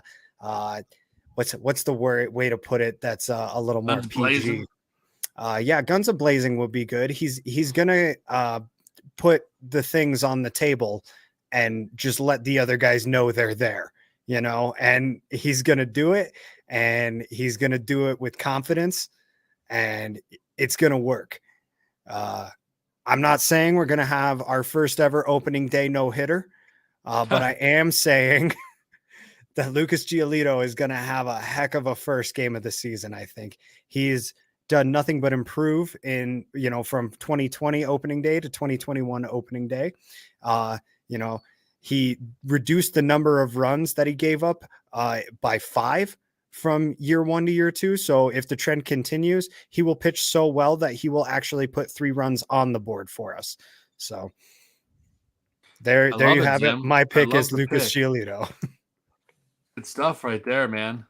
How about you, Mr. Vinnie Parise? Who are you going with for your pick to click? My initial thought was I wanted TA, but he's only playing in one of the 3 games. TA is a tone setter. Completely agree. He's a tone setter. He always plays well in the first game of the season. He just whenever I think of like doing something first, Tim Anderson comes to mind. Like I picture him getting the first home run. I picture him getting the first, the first RBI, the first hit, like everything that describes something coming first. I start and end with TA, but he's not going to be there. And if he was worthy of pick to click in his 1 game, I'm not going to be mad about not picking him because that would just mean they absolutely destroy the Tigers on Sunday. So I'm going to go with somebody I praised earlier in the show, and that is Eloy Jimenez. I need to see Mr. High Mom himself go out there and just get off to a great start. Don't karate chop any walls. Don't jump into any fences. We don't need to see that, Eloy. Just go out there and swing your bat, and you will do damage against this Detroit Tigers team. I'm picking you, Eloy. Thanks, Cubs. Thanks, Cubs. We'll use that sound drop a lot this year.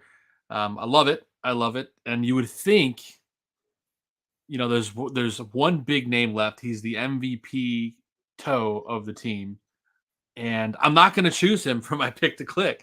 I'm going to leave him be on the side of the road because I have a feeling in my bones about this guy. I'm all on the train. We talked about him earlier in the show. I'm going to go with AJ Pollock for my pick to click this weekend. I'm feeling good about it. So quick recap on the bottom of our screen. My pick to click for the week, AJ Pollock. Zim's going with Lucas Giolito. Gonzo with Luis Robert. And Vinny going with Eloy Jimenez. All great options.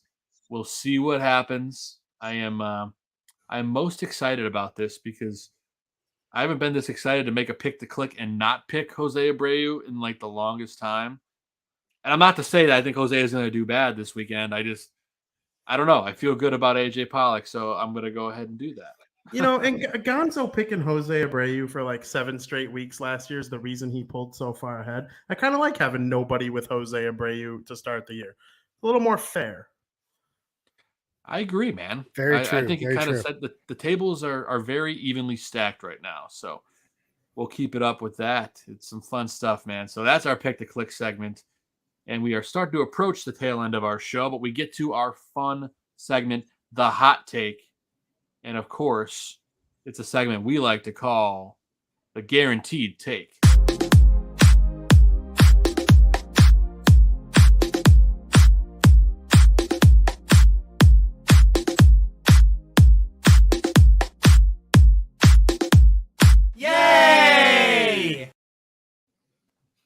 Yeah, so the guaranteed take. Yeah, that music gets you in the vibe, doesn't it? It's really, I'm bumping really, right Every now. time. really good stuff. It has me bouncing every single time. But the guaranteed take of the week. It's a controversial question. We've kind of looked at it before the show, and we're going to react to it now. But can the White Sox can win the World Series with their current rotation? True or false? Steven Zimmerman, I'll let you start. True. But with, a little bit of a caveat there, every guy has to pitch to his ability and every guy has to stay healthy. And I mean, that kind of feels like the no duh cop out answer, but I think it's true though.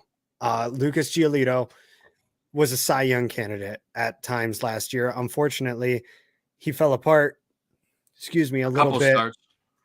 Yeah, just a few starts here and there, but that's enough to kind of topple you. Lance Lynn, for the last 3 years, has been very high up there in the Cy Young conversation. He's hurt now. Hopefully he comes back strong and continues it. Dylan Cease, rising star. I mean, enough said. One of the best pitchers in baseball for the second half of last year, particularly the last 2 months. Michael Kopech returning after I think it was Tommy John surgery. Pitched out of the bullpen last year, did admirably, came in for a few spot starts, kind of shaky. And then we got Dallas Keuchel, who he had a bad year last year. There's no way to paint it than it was bad year, but it was probably the worst year of his career. It's an outlier when you look at his entire career. So you got 5 guys there that can easily put together a very good argument for why they should be a World Series favorite, not just a World Series contender. So yeah, that's it. It does come with the cliche caveat of if every guy lives up to his potential, but the answer is not, will this be the team that takes them, or will this be the rotation that takes them to the World Series? It's, can this rotation take them to the World Series? And that's why I say absolutely. All right, man. I love the optimism out of Zim. I'll go second this time because I just got to say, I do not think that the White Sox rotation right now is World Series worthy, especially with Keuchel and Lopez at the tail end of that rotation right now. And with the sketchy health of Michael Kopech, we don't know how he's going to do. I mean, believe me, I love Michael Kopech. I'm excited about him. We haven't seen him super healthy. I mean, he pitched out of the bullpen last year, and he was still out for a few games. I believe it was in July, late July. He was out for, I don't know, Vinny, what was he out for? 2 weeks, something like that? It was like 3 weeks. Yeah, 3 weeks. So we haven't seen him stay healthy.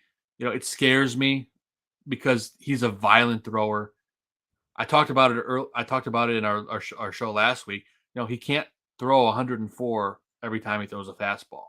If he wants his arm to survive, he needs to be able to pull back.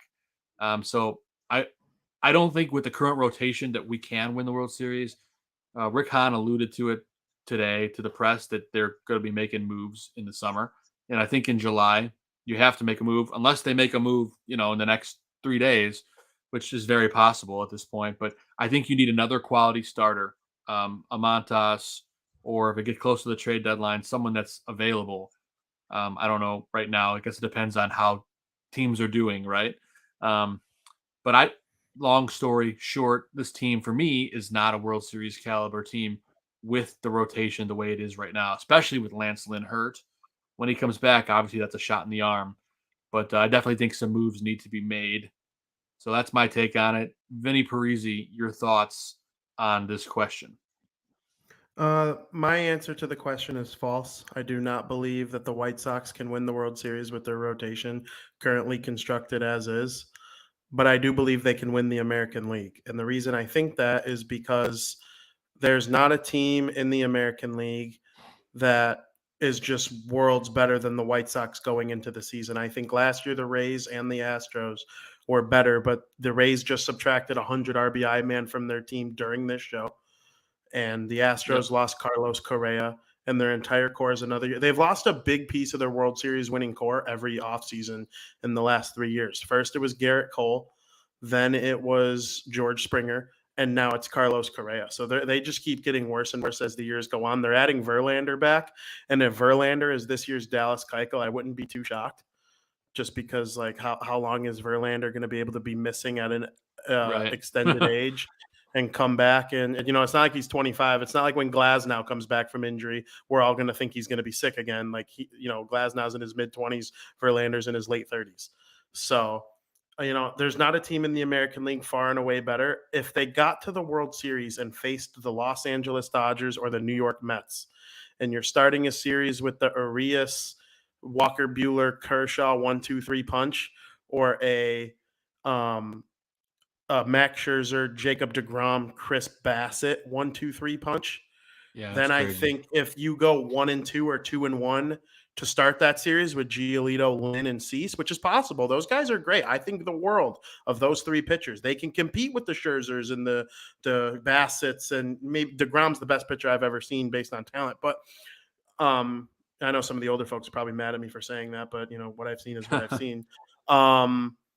Like the fact that the Sox have that 1-2-3 going for them is nice. But do I love Keuchel Lopez against whoever the Mets are throwing out 5 and 6, or whoever the Dodgers are throwing out 5 and 6? The answer is no. You get out to a 2-1 lead and then lose 3 straight because you have guys out there who shouldn't be out there. That's possible. You're running into the bullpen too much. That's possible. Kopech and Cease have been known to, have dominant stuff, but I still need to see it over a full season as starters into the playoffs for more than 1 year. So I'm going to say no, but I will also leave out there, like I said, I think they could get to the World Series with this rotation just because, like I said, there's not a team in the AL. Like the Mariners might win the West. It wouldn't shock me at all if the Mariners beat the West, and I think the White Sox are better than them. The only team in the East I'm truly concerned with is the Blue Jays, who have, a dynamic offense, and they're building the rotation and bullpen slowly but surely. I think the National League's a different story. If they go out and make a trade, then I think we're in business. I think when Lynn is healthy, one more trade can make this a rotation that I would say true. If they, even 2, I'm not against going for 2 more starters, especially if Kopech is on an innings limit and you make him an opener and a couple starts in June or July. Garrett Crochet's not there to be a long reliever anymore. He's gone. See you next year, Garrett. We're going to miss you, you dirty little fellow. But Montes, Paddock, a little birdie told me that the Cubs signed Stroman to a cheaper deal, knowing he would only get a cheaper deal, and that this could be a situation where they trade him for major assets over the duration of his contract. The Cubs aren't fully believing that he's going to be with their team for the duration of their whole contract. If they're 20 games under 500 in September or in late July and they flip Stroman, I really wouldn't be too surprised because he's got 2 years left on his deal for cheap. A team might overpay for a guy like that. He might play all 3 years with them. Who knows? But that's on their radar. So if a guy like that becomes available, you could go for a guy like that. There are just so many things we don't know yet with the season. Could Clevenger become available if they're unable to move Paddock, the Padres? So, there are just so many guys out there to consider. I like them. One more arm, and then this team, the sky's the limit. You're on mute, Joe. Thank you. I muted because my sump pump went off and I forgot to come off. So, but I totally agree, man. I think that's a very optimistic way to end this segment. And, let's see what Rick Hahn can do. In Hahn we trust, no doubt about it. He is the man with the plan. We're going to continue to ride the hot hand. That rhymed not intentionally, but I'm a poet and I didn't know it. But we've reached the end of the show. We always like to end on something lighthearted, a little bit of fun to kind of kick the tires leading into next week. Before we do that, though, I do want to hype up our guest for next week. He has been a guest on South Burbs Hitmen last season, and he's been on Vinny's show, Crosstown Crosstalk. We have Phil Selig from Cuba Dugout coming on the show next week. We'll be talking about some of the Cuban players on the White Sox, and there's quite a few of them. He also knows the stuff about Oscar Colas and Yanis Cespedes as well. So we'll be talking about those guys. Yes. I talked about the older brother. There's too many Cespedes. He does know plenty about Yanis Cespedes as well. I was just gonna say Selig is gonna bring up Yoenis too. Don't you worry. So we'll be talking all Cuban White Sox players and all the Cuban players in the league next week. Phil's a great guest, friend of the show. If you haven't checked it out, go to cubadugout.com. We'll be talking all about him next week. It's going to be a lot of fun. So tune in, same time, same place next week, which is, if I did the math, that would be April 11th at 8 p.m. So join us. It's going to be a lot of fun. But gents, to end the show, I know, I can't wait. But to end the show, we're gonna have some fun. We talked with Alyssa earlier during the show, gentlemen, about some of the handouts at the ballpark this season. So I figured we could kind of go through what are the ones we're looking forward to, like the favorite handout that we've seen so far that we absolutely have to have in our collection. So let's dive headfirst into it. Zim, let's lead off with you, man. What is the handout that you are most looking forward to this season at Guaranteed Rate Field?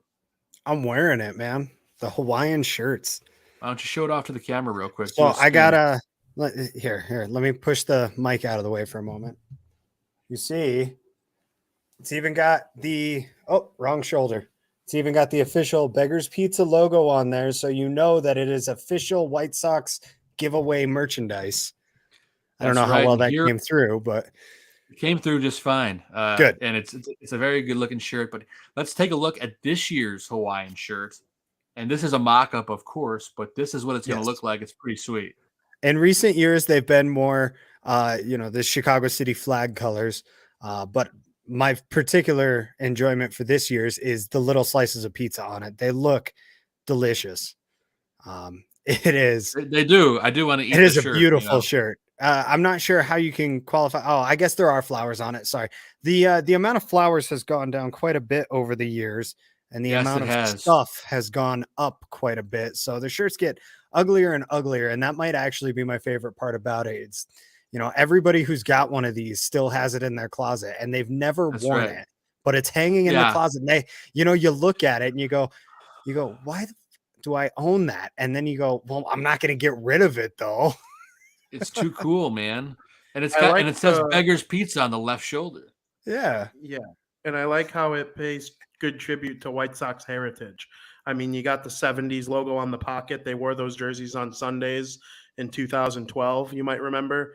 And then, the Chicago cursive lettering in red, the Bat Boy, the typical White Sox logo. It's a good shirt. That's a great pick. Yeah, it's a dynamite looking. Well, I mean, it's a great Hawaiian shirt. It's an ugly shirt, but it's a great Hawaiian shirt. That's what makes it so great. And I'm sorry, I'm looking up the exact date for this year. That's what I'm doing right now. It's June 11th. June 11th. It's a Saturday game against the Rangers, so at least you get something good out of it. Yeah, man. That's so. Aldo in the chat, he said his wife would leave him if she saw him wearing one. But where can I get one? And that's right, June 11th at Guaranteed Rate Field. I might even buy you the tickets so you can take your wife to the game and you guys can match. How's that? And then you buy the tickets and he sends you one of the shirts. Hey, I'm actually beginning to really like this plan. Oh, that's some fun stuff right there. All right, so that's a fun giveaway. Our buddy Gonzo could not be here today, of course, but He gave us his pick, and this is for the Tim Anderson Stalk Off bobblehead, which is Saturday, May 14th against the Yankees. Check that out, boys. That is pretty sweet. Zim is on mute.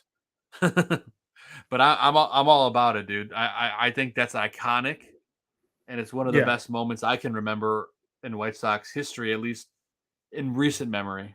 It's the greatest White Sox regular season game of all time. I do believe that. I mean, the way that Craig Kimbrell, he came in and shut it down, and then Liam Hendricks came in and blew it. He talked about it on Crosstown Crosstalk. Everybody's all-time favorite White Sox game was his worst game of the season in a year where he won reliever of the year. Like, but nobody remembers it. But yeah, Giancarlo Stanton and Aaron Judge, they hit bombs all the time. Like, right. You know, and he gave up bombs to two guys who are professional bombers. Like, exactly. And then freaking Savala draws the 0-2 walk, and the TA. It was just perfect. It was perfect. It was. But I got to say that the bobbleheads this year are on point. There's multiple bobbleheads that they're giving out at these games. Joe, you're a bobblehead guy, right? I am a big bobblehead guy, and there's a lot of them this year. We were spotlighting before the show, Zim, you and I were talking about it. Yes. On the 4th of July, they're giving away this amazing Captain Paul Konerko, Captain America inspired bobblehead. I mean, look at this thing. It's badass. That's awesome. I'm not a bobblehead guy, and I want that. Yeah, that is truly awesome. I'm a Marvel geek, and Captain America, Captain America and Steve Rogers are heroes of mine because of the way they act, and so was Paul Konerko. So that is just two awesome worlds of two amazing people coming together. Yes, and Travis in the chat says the Eloy and Robert double bobblehead. Let's take a look at that. Look at that thing. It's one of the I got this, Eloy. Eloy's like, I know, Robert. I'm a bad fielder. And it's better than a bobblehead of them running into each other. It really, really is. And for those wondering when they can get that moment, no fans in the stand is so funny. Yeah. And for everyone wondering when you can get the Luis Robert Eloy Jimenez bobblehead, this will be Saturday, June 25th against the Baltimore Orioles, a 1 p.m. game. That's a really cool bobblehead. With you, these bobbleheads look super. Well, thank you. I do appreciate that, Aldo. And our buddy Travis in the chat says he's a huge bobblehead guy. I have so many from different ballparks. I'm the same way, man. I have been collecting these things since I've been a little kid. So, and Zim Aldo says you look good between two bobbleheads. That's hilarious. Travis says that we need to get a bobblehead of Eloy going over a wall. No, I never want to see Eloy going over a wall again. No. At that rate, we'll get an Eloy bobble arm, and I'm not interested in that. Nope. A torn Eloy bobble pec. You'll get that bobblehead, and it'll stop bobbling after 4 hours. That's right. And also, Vinny, you picked your favorite handout this season because your other show on the network has to do with hockey, right? Yeah. So the only sport I love equal to baseball is hockey. And they took the City Connect jerseys from last year, the South Side ones, and they made it into a hockey sweater. And it is just the most gorgeous looking thing. The Chicago Blackhawks and the New Jersey Devils both have a jersey that looks like this. And so the fact that it's relatable to two different NHL jerseys is just so cool to me. And I really hope I can get my hands on one. I don't remember the exact date of the game. I do. It is Saturday, April 30th against the Angels. Oh, okay. I'm going to have to look in. If I can't make it to that one, I'm going to really try to get somebody to get me one of those because that would mean a lot to me. I love hockey and I love baseball more than anything in the 3 p.m. start, so it's a different start for a Sunday. Yeah, it is different. It's a Saturday. I'm sorry. It's a Saturday. All the starts are weird this year. They start at 6 at night now instead of 7. So it's weird. And then some of the weekend games, opening day starts at 3 rather than 1. So there are a couple nooners. I think they start at noon.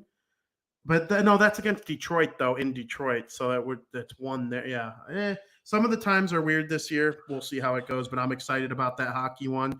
And I mean, while we're here, tune in to Bar Down every Wednesday, 2 p.m. Me, Joey, Frankie got plenty of stuff going on in the hockey world. Playoffs coming up. That's right. Leafs just played the Lightning today. It was a playoff preview, we think. And, it's just getting down to the nitty gritty as far as that's concerned. Yeah, that's right. And then real quick, Vinny, let's appreciate the sock logo on the top of like the chest. Yep. It's where the NHL logo normally is. Yeah, it's a real nice subtle touch. I'm a big fan of that. So that leads us to my choice for the most anticipated for me, it's a bobblehead, most anticipated giveaway. And Travis in the chat says the Liam Hendriks bobble is great too. I would agree with you so much to the point that it is my most anticipated giveaway. You get Liam, let me get rid of the comments so we can see it, but you get Liam in the Southside Connect jerseys, all fired up, one leg up in the air, ready to go punch somebody. The only thing that can make this bobblehead better is if it had a button on the back you pressed and it swore. Well, I could probably make that myself. Dang it. The mic's not working.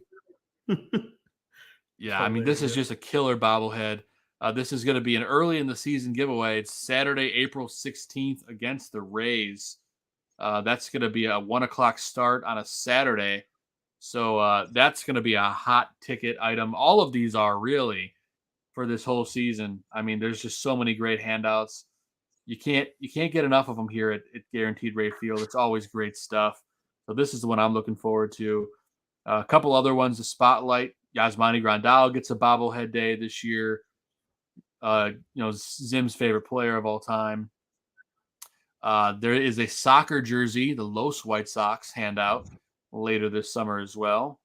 Very, very nice looking. And then another spotlight item late in the season, the last homestand, I believe. Let me look up the date for this last one. There's a windbreaker that is being given away. Let's pull it up while I look for the date. That's, of course, a mock-up of it right there. But it's it's pretty nice looking. That will be given away on Saturday, September 24th. It is a 6 p.m. start. That's a pretty cool little mock-up. Aldo wants to know if any of us do a good Australian impression. I actually like to think I do, if you guys want to hear. Let's hear it, man. All right, ready? This is Liam Hendriks, and you're listening to Crosstown Crosstalk on the Barroom Network. It's not bad. I just hear it every Thursday at 2 p.m. So it's ingrained in my head. It's the intro to Vinny's Crosstown Crosstalk, if you guys haven't seen it. Vinny's biggest and probably best guest of all time was Liam Hendriks. I mean, I don't know how you can ever top that. That's just amazing. Just wait until he gets Frank Thomas, then I'll top it. Frank, I don't know. Liam definitely has more of a personality. Like, I'm not talking about my Lego collection with Frank Thomas. Yeah, that's true.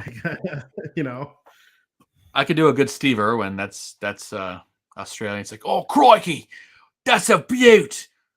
Look at that beaut. Let's get that gorgeous kangaroo. Isn't she gorgeous? Oh, next time I interview Liam, I'm talking about Steve Irwin. You just made me think of that. That was a really good impression, Joe. Good stuff. Thank you. That's okay. And Aldo says we can do something funny with the Hendriks bobblehead. Yeah. Oh, definitely. I think he's referring to the fact that his mouth is wide open. I don't need to hear about that. Yeah. I'll have to go back and look at that again. Oh, my God. Yeah. Aldo. If I know Aldo, that's what he was referring to. I can't unsee that now. Thank you. Listen. If you listen to enough Dan and Aldo at 7 p.m. on the Barroom Network, you learn where Aldo's going with things a little quicker than the average. Definitely. Oh yeah. Yeah, that's a great show. You got to love Dan and Aldo. I mean, the Barroom Network as a whole, there's so many great shows. And of course, there's a great schedule of programming coming up this week on the Barroom Network. Of course, tomorrow morning, you have Gabriel Talks Football. Greg Gabriel is going to be talking Bears football, everything football. It's great stuff. You do not want to miss it. And of course, tomorrow night, Dan and Aldo bare their souls. The shenanigans are there every Tuesday night. You don't want to miss it. Always fun. Wednesday, of course, Vinny has Bar Down on. It's going to be talking hockey. It's all the greatest stuff that you could ever imagine about hockey. Vinny knows his stuff. Joey knows his stuff. Don't miss that. Then, of course, we have the new premiere of the Mac and Reed show. That's coming up on Wednesday as well. And then Science Fliction, talking about movies, comics, you name it. It's going to be a great night. Don't miss that. And then Thursday, Vinny's back again with Crosstown Crosstalk, talking all baseball, both sides of town and all through the league. There's a lot to talk about. The season's about to be here. On the eve of opening day, Vinny's going to bring you all the stuff you need. And then Thursday night, the boys from Draft on Tap will be previewing this year's NFL draft. And Danny and Neil bring the fire every single time. They know their stuff. They know their football. You do not want to miss that. So make sure you guys tune in. If you're watching on YouTube or Facebook, make sure you give us a follow or subscribe to the Barroom Network. You can catch all those great shows and be reminded of when they come on the air. Make sure you give us a like on Facebook, because you can stream our show there every single week as well as on the Barroom Network page. So head over and like both those pages. Aldo says it's a great promo for the network. Great work, man. Glad to do it, because we couldn't do this without the barkeeper himself, Aldo Gandia. So we appreciate you, Aldo. Thank you. Thank you. Thank you. Aldo says Dan and Aldo Bare Their Souls is the second favorite show behind this one. So thank you, Travis. Both shows, great time. The network is a whole lot of fun. Gentlemen, we've reached the end of the show for real this time. So let's get into our shout outs. Zim, we'll start things with you, my friend. What do you got? Let's see. No, I'm just kidding. So I got to shout out our awesome guest coming on for the third time, Alyssa Bergamini. Shout out to our future guest, Mr. Selig, for coming on. It's going to be very fun to have him on next week. I am very excited to talk some Cuban baseball. He had some great insights for us last time, and I'm really, really looking forward to next week's show, if you can't tell. So shout outs to all of our guests. Honestly, they're the ones who make this show fun and interesting. And shout outs to you, my co-hosts, and Gonzo, who is off fulfilling other obligations in his life. I know that comes up for all of us, and I'm just glad that we're able to do this. So thanks, guys. Appreciate you, Zim, as always. Mr. Vinnie Parise, what do you got for shout outs, my friend? Of course, it's always my girlfriend, Katie. She does everything for me, and I'm very thankful for her. I wouldn't be able to do this show if it wasn't for her love and support. So thank you to her. She's in the open now. Yes. And, thank you for that, of course. My mom, dad, brother Joey, always co-host Joey too. Shout out to him. And I'll also throw a shout out to my other co-host on Bar Down Talking Hockey, Frank Mueller. We got great stuff coming up. There's some big things planned for the NHL postseason. And I'll shout out the other show too, Crosstown Crosstalk, Thursday, 2 p.m. It's opening day. It is not opening day for the White Sox, but the Cubs will be playing while I'm recording and doing it live. And we have a very special guest. It's Barstool Sports Chicago's own White Sox Dave. So he's going to come on and talk to me about some of the stuff going on with the White Sox. I'm going to try and get him to expand a little bit on what he was feeling during the John Cusack incident. Pretty hilarious. They got a lot of stuff going on with their partnership with the White Sox and what they do. So it should be good. I'm excited about it. I'm gonna get his thoughts on the Miller Lattes being back at Guaranteed Rate Field too. That's gonna be some fun stuff. I might even be able to ask him about Rainbow Cone. I'm so excited about man. Rainbow Cone that has some breaking news from Alyssa, man. That's good stuff. Yeah, and she told it to us first, and I tweeted it, and people are enjoying it. There are people genuinely excited about it while looking at some of these replies to it. So I can't wait. Heck yeah, man. We can't wait for baseball to start. We just hit the 2-hour mark, so I'll make my shout out short and sweet. But I do appreciate all of my co-hosts here. Huge shout out to you, Vinny, and you, Zim, for being here with me tonight. And, I always appreciate you guys and love you guys and love talking baseball with you. A huge shout out to our brother Gonzo, who couldn't be here. Like you said, he's got stuff going on. He's working on his career, and we fully support him there. But Gonzo, thank you for your segment portion of the show, and can't wait to have you back next month. It's going to be a lot of fun. And of course, I'd have to give a shout out to my beautiful wife, Catherine, my beautiful baby girl, Audrey, and my 2-year-old Great Dane, Maverick. I love you all. Mean the world to me, and it's just amazing being a dad now. So it's pretty cool. And I'm kind of adjusting to the life, but it is literally better than I could have ever imagined. So I love my family beyond words. So I will go ahead and leave it at that. So again, thanks of course I got to thank everybody in the chat. Thank you guys. It's been so active tonight. We appreciate the support. Share it with your friends. We love doing the show every week. So thank you for tuning in. For the South Burbs Hitmen, I am Joe Mandel. That's Steven Zimmerman. Vinnie Parise is to my left. And Christopher Gonzalez he's here in spirit. We'll leave it at that. But we are here for you every single week. Thank you for tuning in.